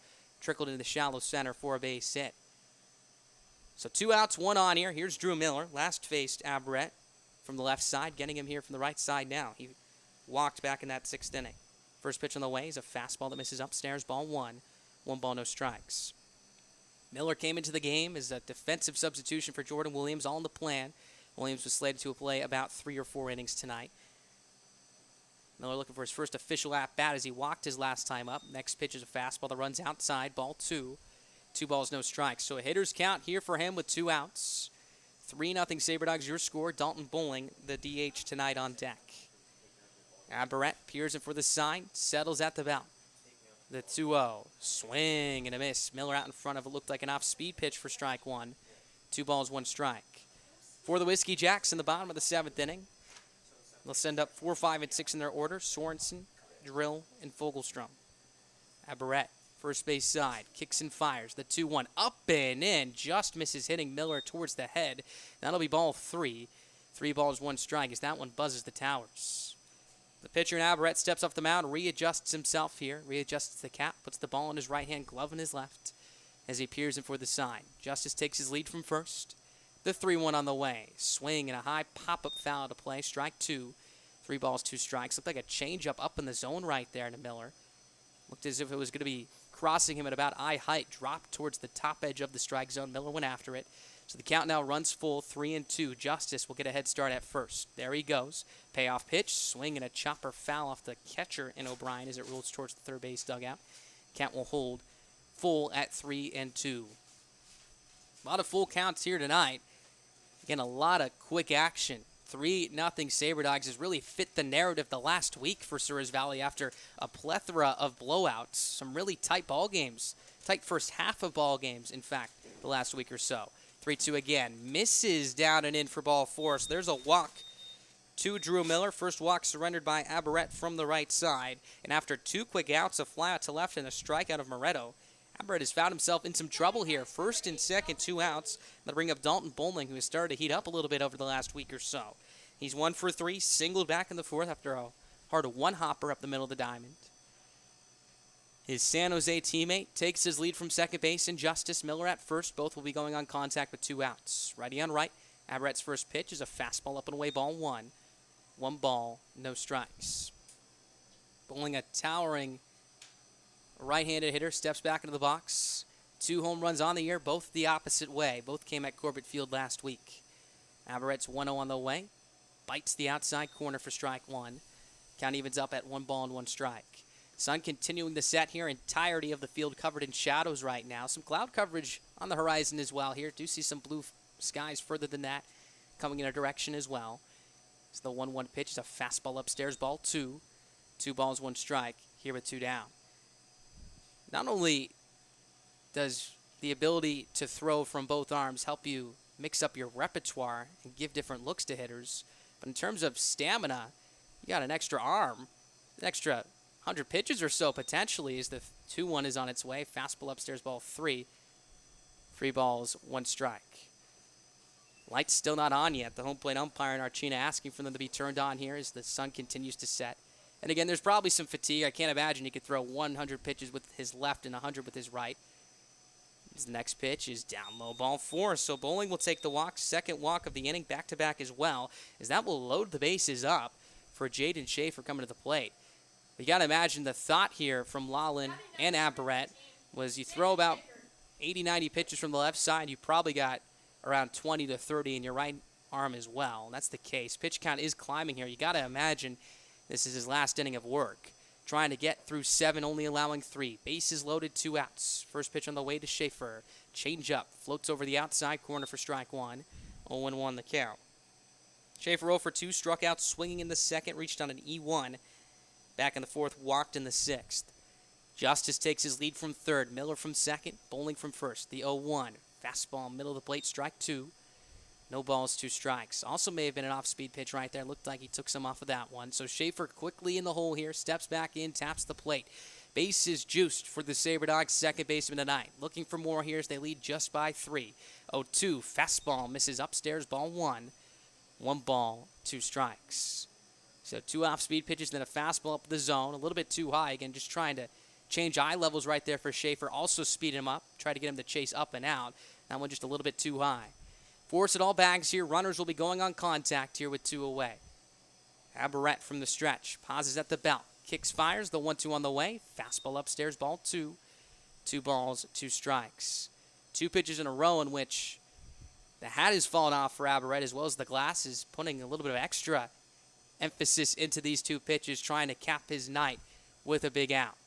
3-0 SaberDogs. 2 balls, 2 strikes, 2 outs. Bases loaded, top of the 7th. Pitch on the way. Misses down low, ball 3. Count now runs full at 3 balls and 2 strikes. Another full count after Aberrett has walked back-to-back batters. You can tell he's fatiguing a little bit here. Has to make a quality pitch here to Schaefer. Bases loaded, 2 outs. Every runner will be going.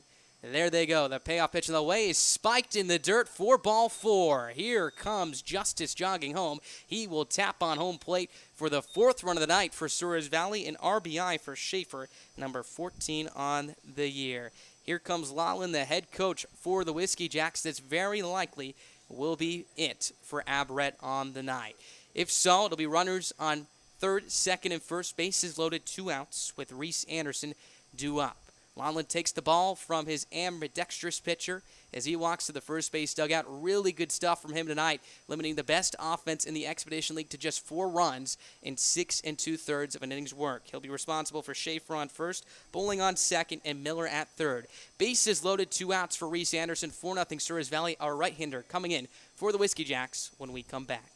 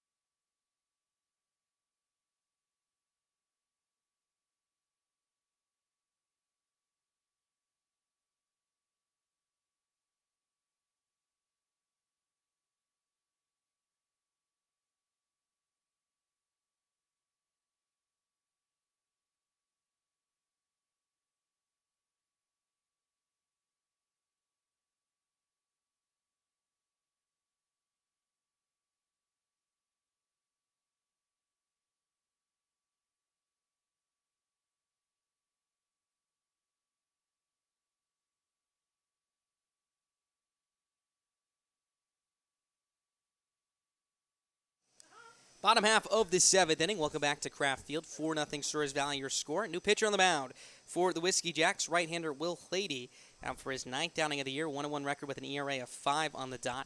14 Ks in 18 innings.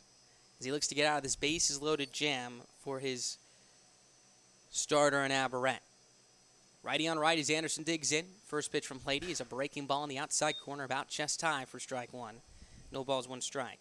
Anderson 0 for 2, walked, struck out, grounded into a 2-3 putout that drove in a run for his third RBI on the year. Miller at third, Bowling at second, Schaefer at first base. A long look in for Hlady as he comes set from the first base side. His 0-1, swinging a soft chopper, third base side, going to be a tough play. Sorensen will pick it up in front of the bag, then walk it to the third base pillow as he plies the tag at the bag to retire the side. 5 unassisted fielders' choice ends this 7th inning as the SaberDogs strand the bases loaded, but not before they bring around 1 run to score on the bases loaded walk to Jaden Schaefer. Stretch time here at Kraft Field as we head to the bottom of the 7th inning. SaberDogs lead it 4-0.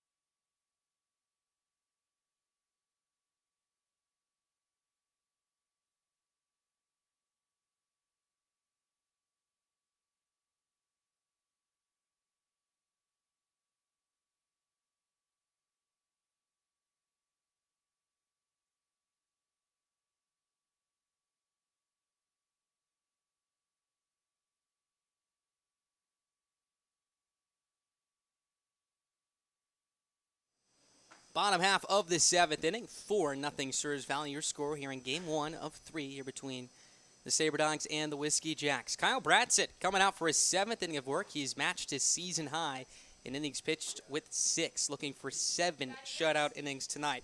Going to be a tough task as he faces 4, 5, and 6 in the middle of this Whiskey Jacks lineup. Here's Jackson Simonson, the left-handed hitting third baseman to lead it off. He's 0 for 2 with a strikeout and a grounded to a 4-6-3 double play. Time now called, the home plate umpire, and Tony Archina, putting on his mask, steps back behind the backstop in justice and is ready to resume play as he points at the SaberDogs right-hander and Kyle Bratzett. He winds and fires. His first pitch of the inning is swung on and fouled off the catcher Justice for strike one. No balls, 1 strike. So you can close the book on Aberrett. Went 6 2/3 of an innings pitched, allowed 4 runs. Again, a lot of those unearned after 3 errors from the Whiskey Jacks defense. Walks were a struggle for him, but was able to get deep into that ball game. Should set up the bullpen in a good spot for the remainder of this series for Wheat City. So the next pitch from Bratzett is a fastball up and away, ball 1. 1 ball, 1 strike. And it's the same story here with Bratzett tonight. Again, if he can get through 7, if not more, SaberDogs will be in tremendous shape in terms of how their outlook and relief pitchers will look going forward. As the next pitch is a fastball that runs outside, ball 2. 2 balls, 1 strike. They won't have a day off until after Tuesday when they conclude their homestand. As Bratzett from the third base side comes set at the chest, twists and tosses his 2-1 on the way. Fastball up and away, ball 3. 3 balls, 1 strike. Bratzett's gotten into a few 3 balls counts tonight. Has yet to walk a batter. Has hit 1. That was Nolan Drill back in the 5th inning, also on a 3-ball count. He winds and fires. His 3-1 pitch on the way. Fastball, swing and a miss. Middle of the plate right there. Sorensen was just a bit late. Strike 2. Count now runs full at 3 balls and 2 strikes. Lights now shining bright here on the turf. Just about 9 o'clock local time as the sun continues to set. As Bratzett winds and fires, his payoff pitch on the way, swinging a pop-up foul straight back off the netting. Count will hold at 3 balls and 2 strikes. Another fastball up and out of the strike zone. Bratzett tried to climb the ladder. Sorensen just got a piece. So the big left-hander for the Whiskey Jacks digs back into the box. Straight up stance as Bratzett turns, kicks, and fires. Payoff pitch again. Fastball runs outside. 4 ball 4. The first walk allowed tonight by the SaberDogs right-hander as that'll send Sorensen over to the first base. Here to open up this bottom of the 7th inning. So here comes Nolan Drill to the plate. He's 0 for 1, popped out to first in the second, was hit by a pitch in the fifth here as Alex Miklos will now call time. Walk out to the mound. A right-hander is starting to warm up in the SaberDogs bullpen. We'll see if this is it for Bratsit. As Miklos takes the long walk out, claps his hands, shakes the hand of Bratsit. This likely is it for him tonight as he greets Miklos with a smile, exchanges handshakes with all of his infielders, and finally his catcher and Taylor Justice, as he was just tremendous this evening. His final line, 6 innings, no runs, 3 hits allowed, picked up 7 strikeouts along the way. He will be responsible for Jackson Sorensen at first base, who reached via the walk. A right-hander coming into this ballgame for the SaberDogs looks like Declan Harper. We'll confirm that for you when we come back. 4-0 SaberDogs, your score. Sorensen at first with nobody out when we return.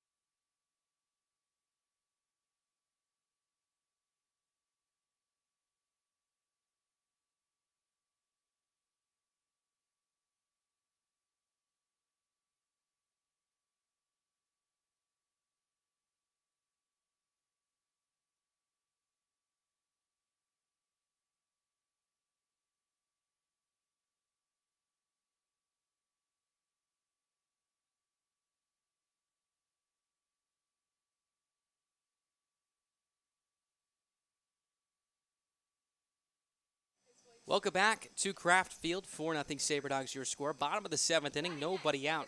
Jackson Sorensen at first base after reaching via the walk from Kyle Bratsit. So Bratsit's night's finish, not completely, as Jackson is his base runner at first. If he comes around to score, it'll be charged to Bratsit's stat line. First pitch from Declan Harper, the new Armin for the SaberDogs, is on its way. Swinging a fly ball down the right field side and foul for strike 1. No balls, 1 strike.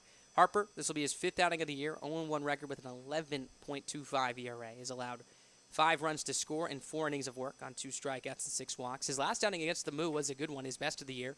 2 scoreless innings where he only allowed 2 hits and 1 walk. From the first base side, he kicks and fires. Next pitch, fastball upstairs, ball 1. 1 ball, 1 strike. Harper pulling out the white cleats tonight. They're shining bright, shining brighter than the lights beyond the outfield walls here this evening. They really pop out on the gray pants and navy blue jerseys. He delivers the 1-1 pitch in the way, swinging a pop-up first base side foul territory. Justice ranging towards the grandstands. We'll watch it fly out of play for strike 2. 1 ball, 2 strikes here with nobody out. So Harper trying to pick up right where he left off on the 4th of July against Fremont.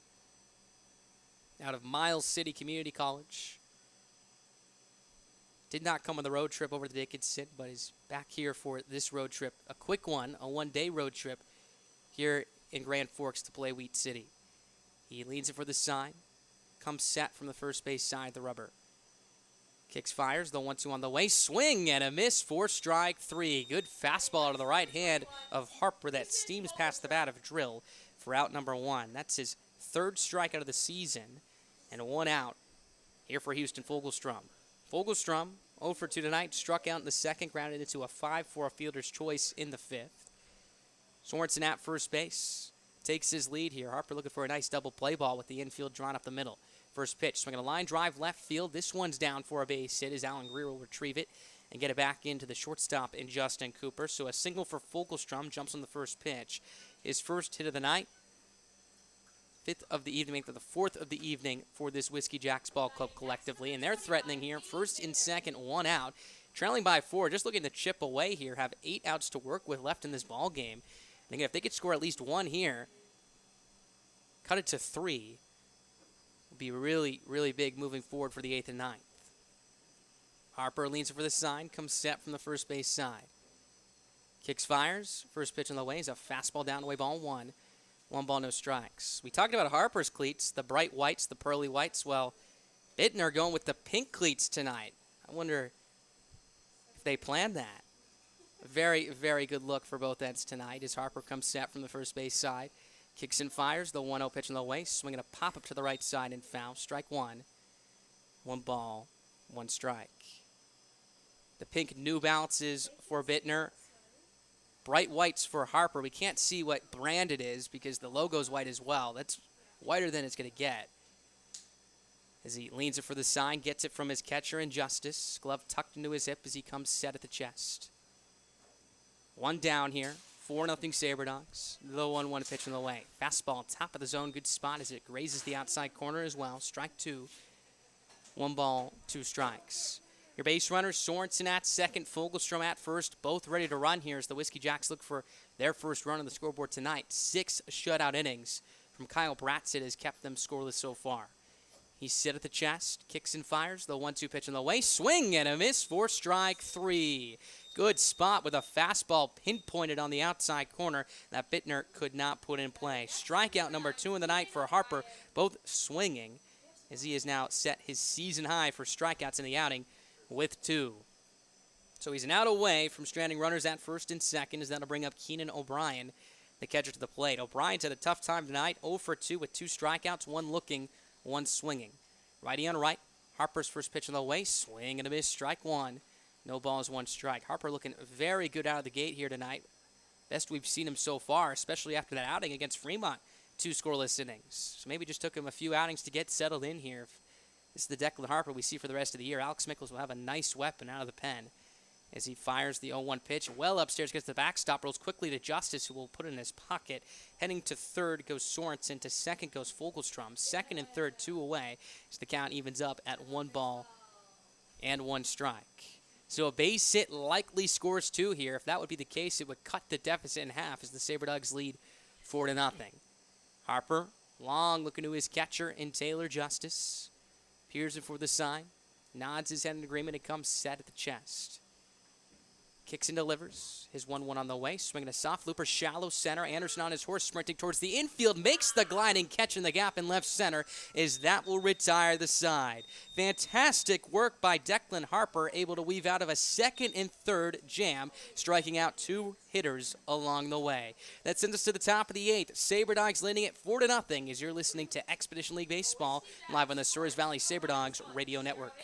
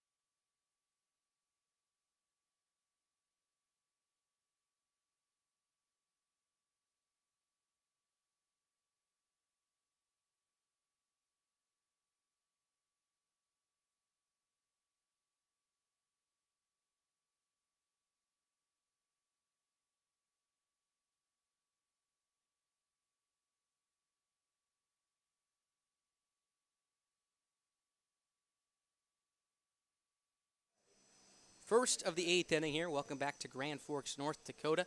Live from Kraft Field, another picture-perfect evening for baseball here. Light shining bright, sun continues to set. Navy blue skies on the horizon as Justin Cooper digs in to lead it off against Will Halady. First pitch on the way, swinging a cue shot off the end of the bat. Rolls softly out to Halady on the first base side of the rubber. He'll flip it to the first baseman in Jelly in plenty of time to retire Cooper for out number 1. So a 1-3 put out. We've seen a lot of those tonight. If that's on your baseball bingo card, you've been hitting that button a lot this evening. 1 up, 1 down, top of the 8th inning. That'll bring up Ethan Moore to the plate. Moore 1 for 4, flew out to center in the first.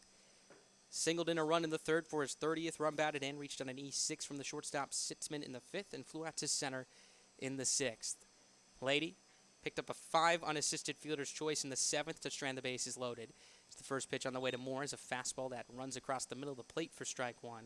No balls, 1 strike. SaberDogs did bring around 1 run to score in that top of the 7th. The bases loaded walk to Jaden Schaefer. So the next pitch is swung and it's seared on the ground. Diving stop by Sorensen. Gets to his feet. Double clutches. Throws to first. Pick on the back end by Jellies in time. What a play on both ends. Sorensen diving to his right. Got to his feet. Threw a 1-hop to the first baseman Jelly. That took him to the inside part of the first base bag. Was able to pick it to retire Moore for out number 2. My goodness. 2 up, 2 down here for Halady, as that'll bring up Alan Greer to the plate, taking away a base knock from Ethan Moore. So that'll bring up Alan Greer to the plate. He's 0 for 4 tonight, looking for his first knock. Reached back in the first inning on an E3 by the first baseman, Jelly. Halady from the first base side, pauses at the chest, turns, kicks, and fires. His first pitch on the way. Breaking ball misses upstairs, backs up a bit for ball 1. 1 ball, no strikes. And what made that impressive is Sorensen double clutched right there, trying to transfer the ball from his glove to his throwing hand, and was still able to get it out in time. Probably the reason why the throw was a little bit wide of first. As the next pitch is a breaking ball in the dirt, ball 2. 2 balls, no strikes. Got to give Jelly a lot of credit, though, because that's a difficult pick to make. Because you know, with the amount of time it took for Sorensen to get that ball over the first base, Ethan Moore is right in your kitchen. And that ball took him into the baseline almost. As the 2-0 is a breaking ball that floats over for strike 1. 2 balls, 1 strike. So almost just had to get ready to pick it, ready to take the force of Ethan Moore if he had to. Good thing he didn't, as the 2-1 is swung on and lined into left field. That one's down for a base hit as it rolls out to drill in left. Alan Greer drills a single to left. His first hit of the night. He's 1 for 5 now. So that's the 5th hit of the evening for Souris Valley. Brings up Steven Moretto to the plate. But either way, it takes a base hit away from Moore. 2 quick outs. Obviously, with the Greer single, the SaberDogs still alive here, but that could have changed the perplexity of that inning if that gets past the third baseman in Sorensen. Ethan Moore may even be digging for 2 there if it rolls deep down the left field line as Moretto swings and drives this one out to right field fairly deep. Backpedaling towards the track is Fogelstrom as he'll make the catch chest high to retire the side. Moretto gave it a ride the other way. Fogelstrom runs it down.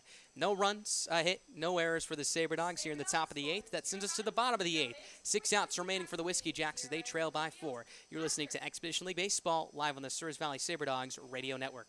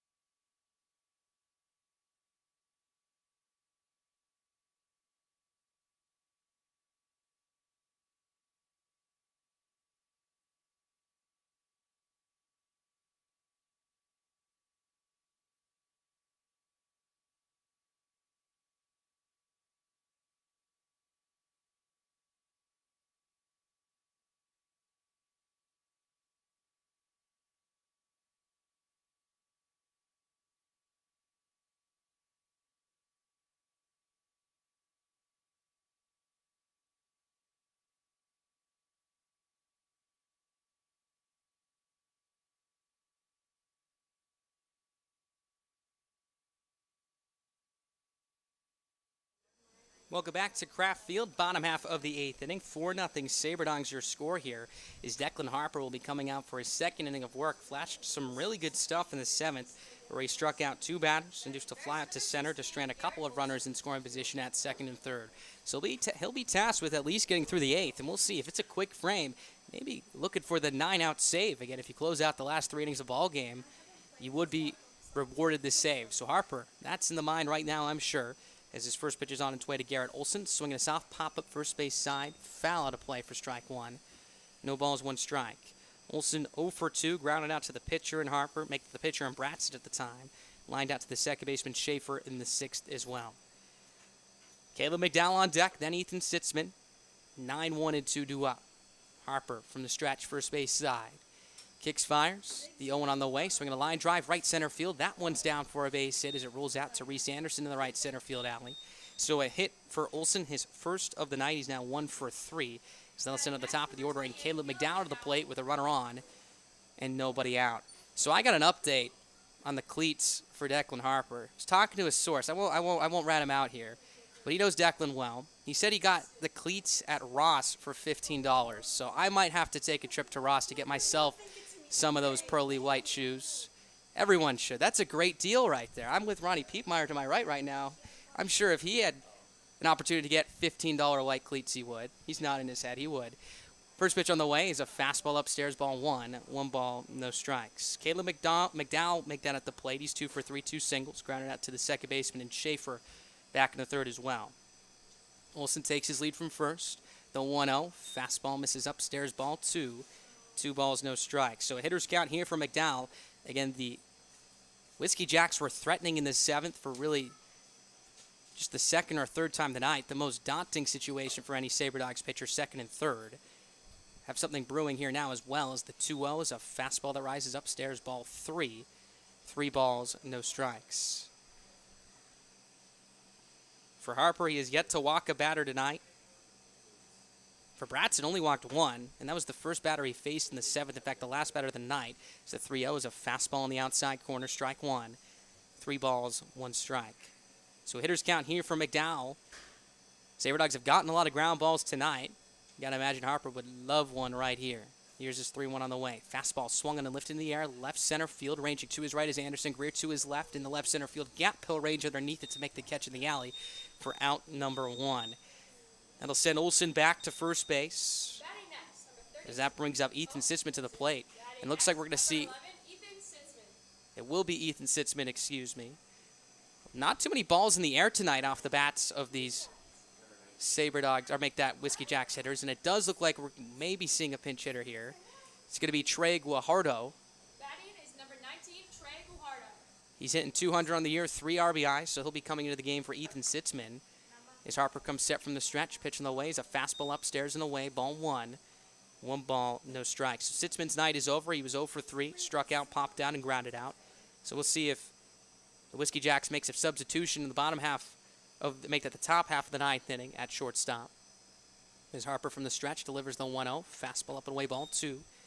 2 balls, no strikes. Guajardo hitting 200 on the year, as we mentioned, was 1 for 5 in his last start back last Saturday on the 5th, make that last Monday on the 5th of July against the Sunfish. Hitters count for him right here. Harper kicks and fires from the stretch. His pitch on the way is swung on and missed for strike 1. 2 balls and 1 strike. 4 runs, 5 hits, no errors for the Sabre Dogs. No runs, 5 hits, 3 errors for Wheat City. Harper from the stretch again, settles at the chest. Next pitch, swinging a line drive over the leaping head of the second baseman Schaefer into right center field for a base hit. Heading for third is Olson. He'll get there standing up. The throw back into the shortstop Cooper is cut off. A single for Guajardo. First and third for the Whiskey Jacks, 1 out here in this bottom half of the 8th inning. So they are starting to threaten here, and it does not get much easier with a threatening bat coming to the plate in Jake Jelly. Looks like we did see a defensive substitution open the inning. Instead of Jaden Schaefer at second, it's going to be Gunnar McGran at second base. So Schaefer out of the ball game now. As here comes Alex Miklas to the mound to talk to his right-hander, Does look like someone's warming up and now heading back towards the dugout. So we may be seeing a substitution, and that is the case. So that'll be it for Declan Harper when an inning and a third has yet to allow a run. He is responsible for Guajardo at first base and Olsen at third. We're seeing a right-hander, looks like Aaron Suval, coming into the game for the SaberDogs. He'll inherit a first and third one-out spot with a 4-0 lead when we come back.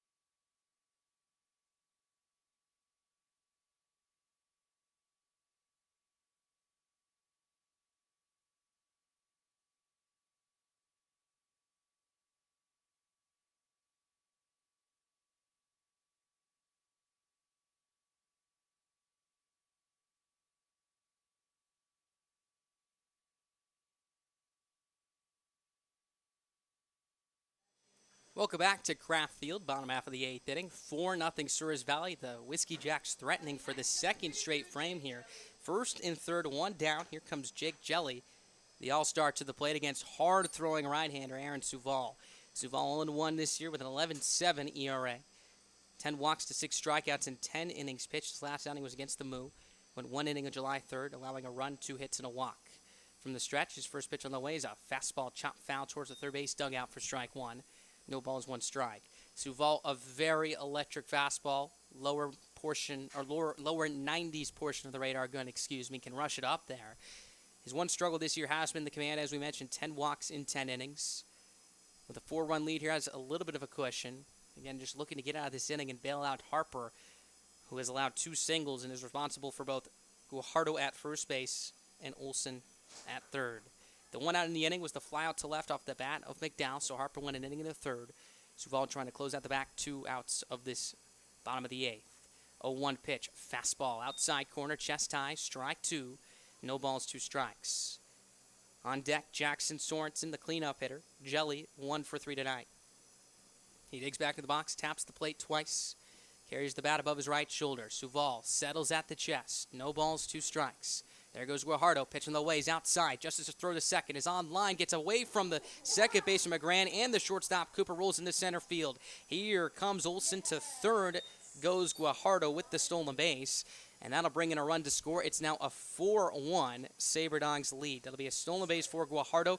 He advances to third on the E2 from the catcher and Justice. Olsen scores on the same play. So the first error charged to the SaberDogs defensively tonight.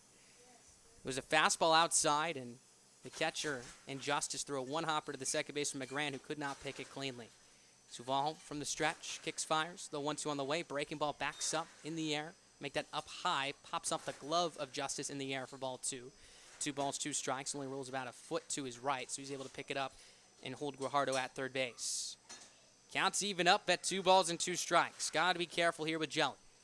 First base is open, but Suval has 2 strikes on the right-hander as the pitch is on its way. Swinging a high, towering fly ball, slicing foul, as the count will hold at 2 balls and 2 strikes. For the Whiskey Jacks, now have 5 outs remaining in this ballgame, but for the first time have seemed to have solved the riddle of this SaberDogs pitching staff. Suval, hand behind his back, glove tucked into his front hip, brings the 2 together as he comes set at the chest. Takes a deep breath, now pauses. The 2-2 on the way. Breaking ball in the dirt. Nice block by the catcher, and Justice sliding to his right, keeping that in front of him, holding the runner on third base, and Guajardo 90 feet away, at least for now, as the count runs full at 3 balls and 2 strikes. As we mentioned, the left-handed hitting Sorensen on deck. Drill, the right-hander in the hole. 3 balls, 2 strikes. Here's Suval's payoff pitch in the way. Swing and a foul straight back. Count stays full at 3-2. The 4-run lead for the SaberDogs tonight felt like 10 after the pitching performance we saw from Bratsit. But now as we've seen the Whiskey Jacks claw back into this ball game, things have gotten a lot tighter here, particularly late. We flew through the first 6 innings, just about 2 hours to get through it. And now at about 9:31 local time, it's taken us about a half hour to get through an inning and a half or so. Suval trying to get a quick escape to this very challenging 8th inning. He comes set, first base side, long hair flowing out of the back of his cap. As he kicks and fires, the payoff pitch in the way, swinging a soft ground ball to the shortstop. Cooper picks it up on a couple of hops, slings it over to first base. That is in time to retire Jelly for route number 2. Meanwhile, in the play, coming around to score from third is Guajardo. That cuts the deficit in half. It's now 4-2 Souris Valley, with 2 outs here in the bottom of the 8th inning. An RBI for Jelly, his 24th on the year, that now empties the base paths for the cleanup hitter and Jackson Sorensen. So with the infield play back, the ground ball scores the run. Still a 2-run advantage here for Souris Valley. In the top of the 9th, where they'll look to get some insurance. They'll send up 5, 6, and 7. Justice, Miller, and Bowling. Suval from the line now. For the first time tonight, his first pitch is swung on and popped up left side foul territory. Moretto ranging towards the third base dugout. Has room as he makes the catch right on the railing to retire the side. Nice play by Steven Moretto, able to stay in play, making the catch right in front of the entrance from the third base dugout. That will retire the side. But the Whiskey Jacks pick up their first 2 runs of the night as they send 5 men to the plate. We got a ball game as we head to the top of the 9th. 4-2 Souris Valley, your score.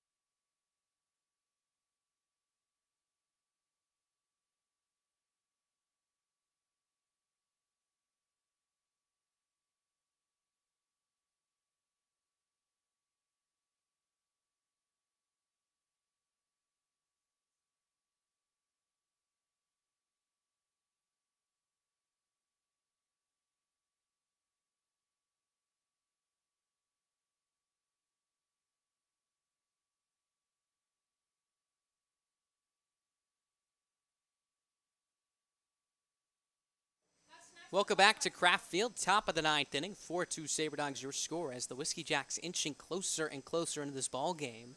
SaberDogs looking for some insurance now, as it was Aaron Suval who closed out the 8th. We'll see if he comes out for the 9th. Meanwhile, it's Will Flady out for another inning of work. His first pitch on the way to Taylor Justice is swung and chopped to the third base dugout for strike 1. No balls, 1 strike. Justice 1 for 4, singled back in the 7th inning. Would come around to score on the bases loaded walk to Jaden Schaefer. And that's a big run now. A 2-run lead instead of what would have been 1, assuming that the Whiskey Jacks still would have brought around 2 to score in the bottom of the 8th inning. So the SaberDogs looking for more as Justice digs back in. Flady from the wide. Turns, kicks, and tosses. His 0-1 delivery on the way. Breaking ball slashed down the right field line, slicing foul on a line. Strike 2. No balls, 2 strikes. Justice, Miller, and Bowling due up here, 5, 6, 7, and 8. Game 1 of this 3-game set between the Whiskey Jacks and the SaberDogs. SaberDogs will head back home after the conclusion of this ball game, right back up to Minot where they were this morning. Bus left at about noon, local time in Minot. Got here at about 3 o'clock. So the next pitch is spiked in the dirt with a fastball for ball 1. 1 ball, 2 strikes. So assuming this ball game ends around 10 o'clock, 10:15, they'll probably get home around 2-ish in the morning, get some sleep, get ready for a 7 o'clock start time tomorrow at Corbett Field. Flady from the first base side, chest facing his backstop and O'Brien. Turns, kicks, and fires. The 1-2 on the way. Fastball up in the zone. Up out of the zone for ball 2. 2 balls, 2 strikes. Still got a little bit of light on the horizon here. Again, it takes a long time for the sun to set here in this area of the country. Really pretty night for baseball as the 2-2 is on its way in the dirt. Rolls to the backstop for ball 3. 3 balls, 2 strikes. Again, we saw some clouds throughout the entirety of this ball game, but nothing as threatening as we saw yesterday, where it was completely overcast, dark clouds looming into the field towards the 6th inning, thunder and lightning, heavy rain, the heaviest rain I've seen since I've been in Minot. I've been there for about 4 months now, if you include last year, which was enough to end that game in 6 innings. Payoff pitch in the way is up and in for ball 4. Looked like a breaking ball that just backed up. Justice takes it as he works the walk after falling behind with 2 strikes. So that'll put him at first base here to open up this top of the 9th inning. So they'll bring up Drew Miller to the plate. Came into the game for Jordan Williams back in the 5th inning as a defensive substitution. Has yet to record an official at-bat tonight. Has walked twice here as he steps out of the box, gets his signs from third base coach and head coach Alex Miklos. We'll see if Miklos puts something on right here with Justice at first, maybe trying to force some action here. SaberDogs have been quiet offensively tonight. Just 4 runs through 8 innings. As the first pitch is on its way, breaking ball floats over the outside corner for strike 1. No balls, 1 strike. SaberDogs saw Lady earlier this year. That was back in his first outing on May 27th at Corbett Field in the 19-8 Souris Valley win. Went 2 innings, allowed 2 runs. Both of them earned 3 hits, 2 walks, and 4 strikeouts. Miller digs back in. Open stance for the left side, standing up straight. 0-1. Swinging a ground ball up the middle, raging to his left as the shortstop takes to the second base bag for 1. The relay to first base is in time for the 6-3 double play.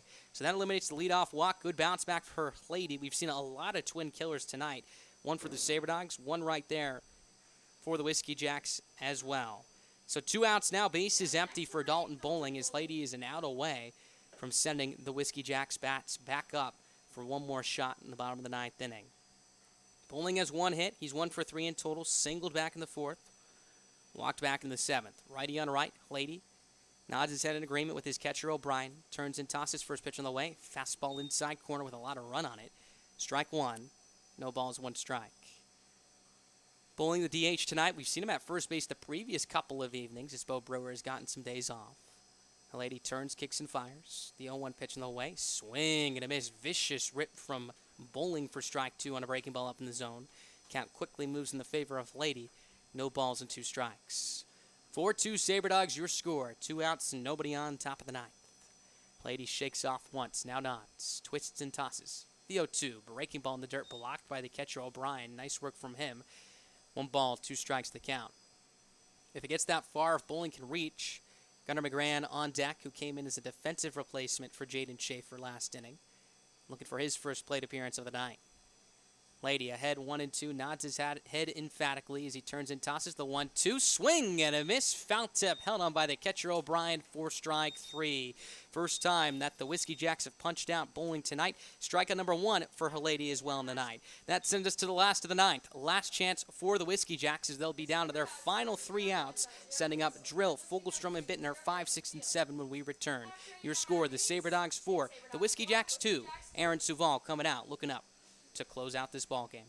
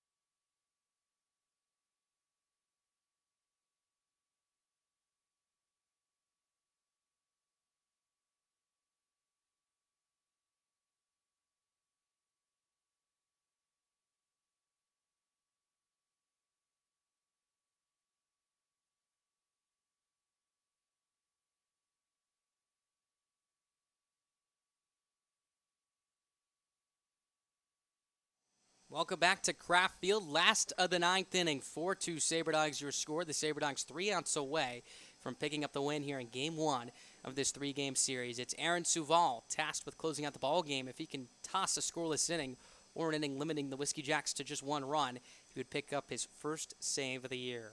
Here's Nolan Drill to lead it off. Suval turns and fires. His first pitch on the way is a fastball down low, ball 1.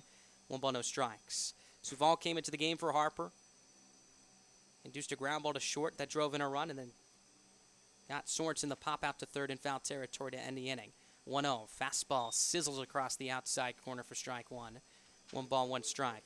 5, 6, and 7. Drill, Fogelstrom, and Bittner slated to come to the plate in this inning. Whiskey Jacks a bloop and a blast away from tying this game up. 1-1. Breaking ball. Hooks across the outside corner for strike 2. 1 ball, 2 strikes. Gorgeous evening here in Grand Forks. Cotton candy skies beyond the right field wall as the sun continues to set beyond the horizon. 1-2, breaking ball. Backs up, misses upstairs, ball 2. 2 balls, 2 strikes. A combo of pink, navy blue, a little bit of purple as well.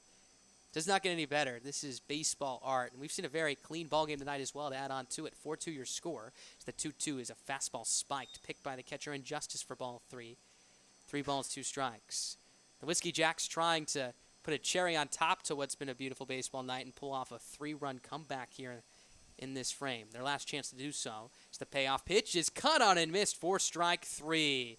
The catcher Justice dropped it. The hitter and Drill will not run to first base, so they're going to call him out as he walks back towards the first base dugout. A big strikeout for Suval as that opens up this 9th inning. Again, a fastball up and out of the zone with 3 balls and 2 strikes. That high spin, hard fastball from Suval just continued to carry through the strike zone.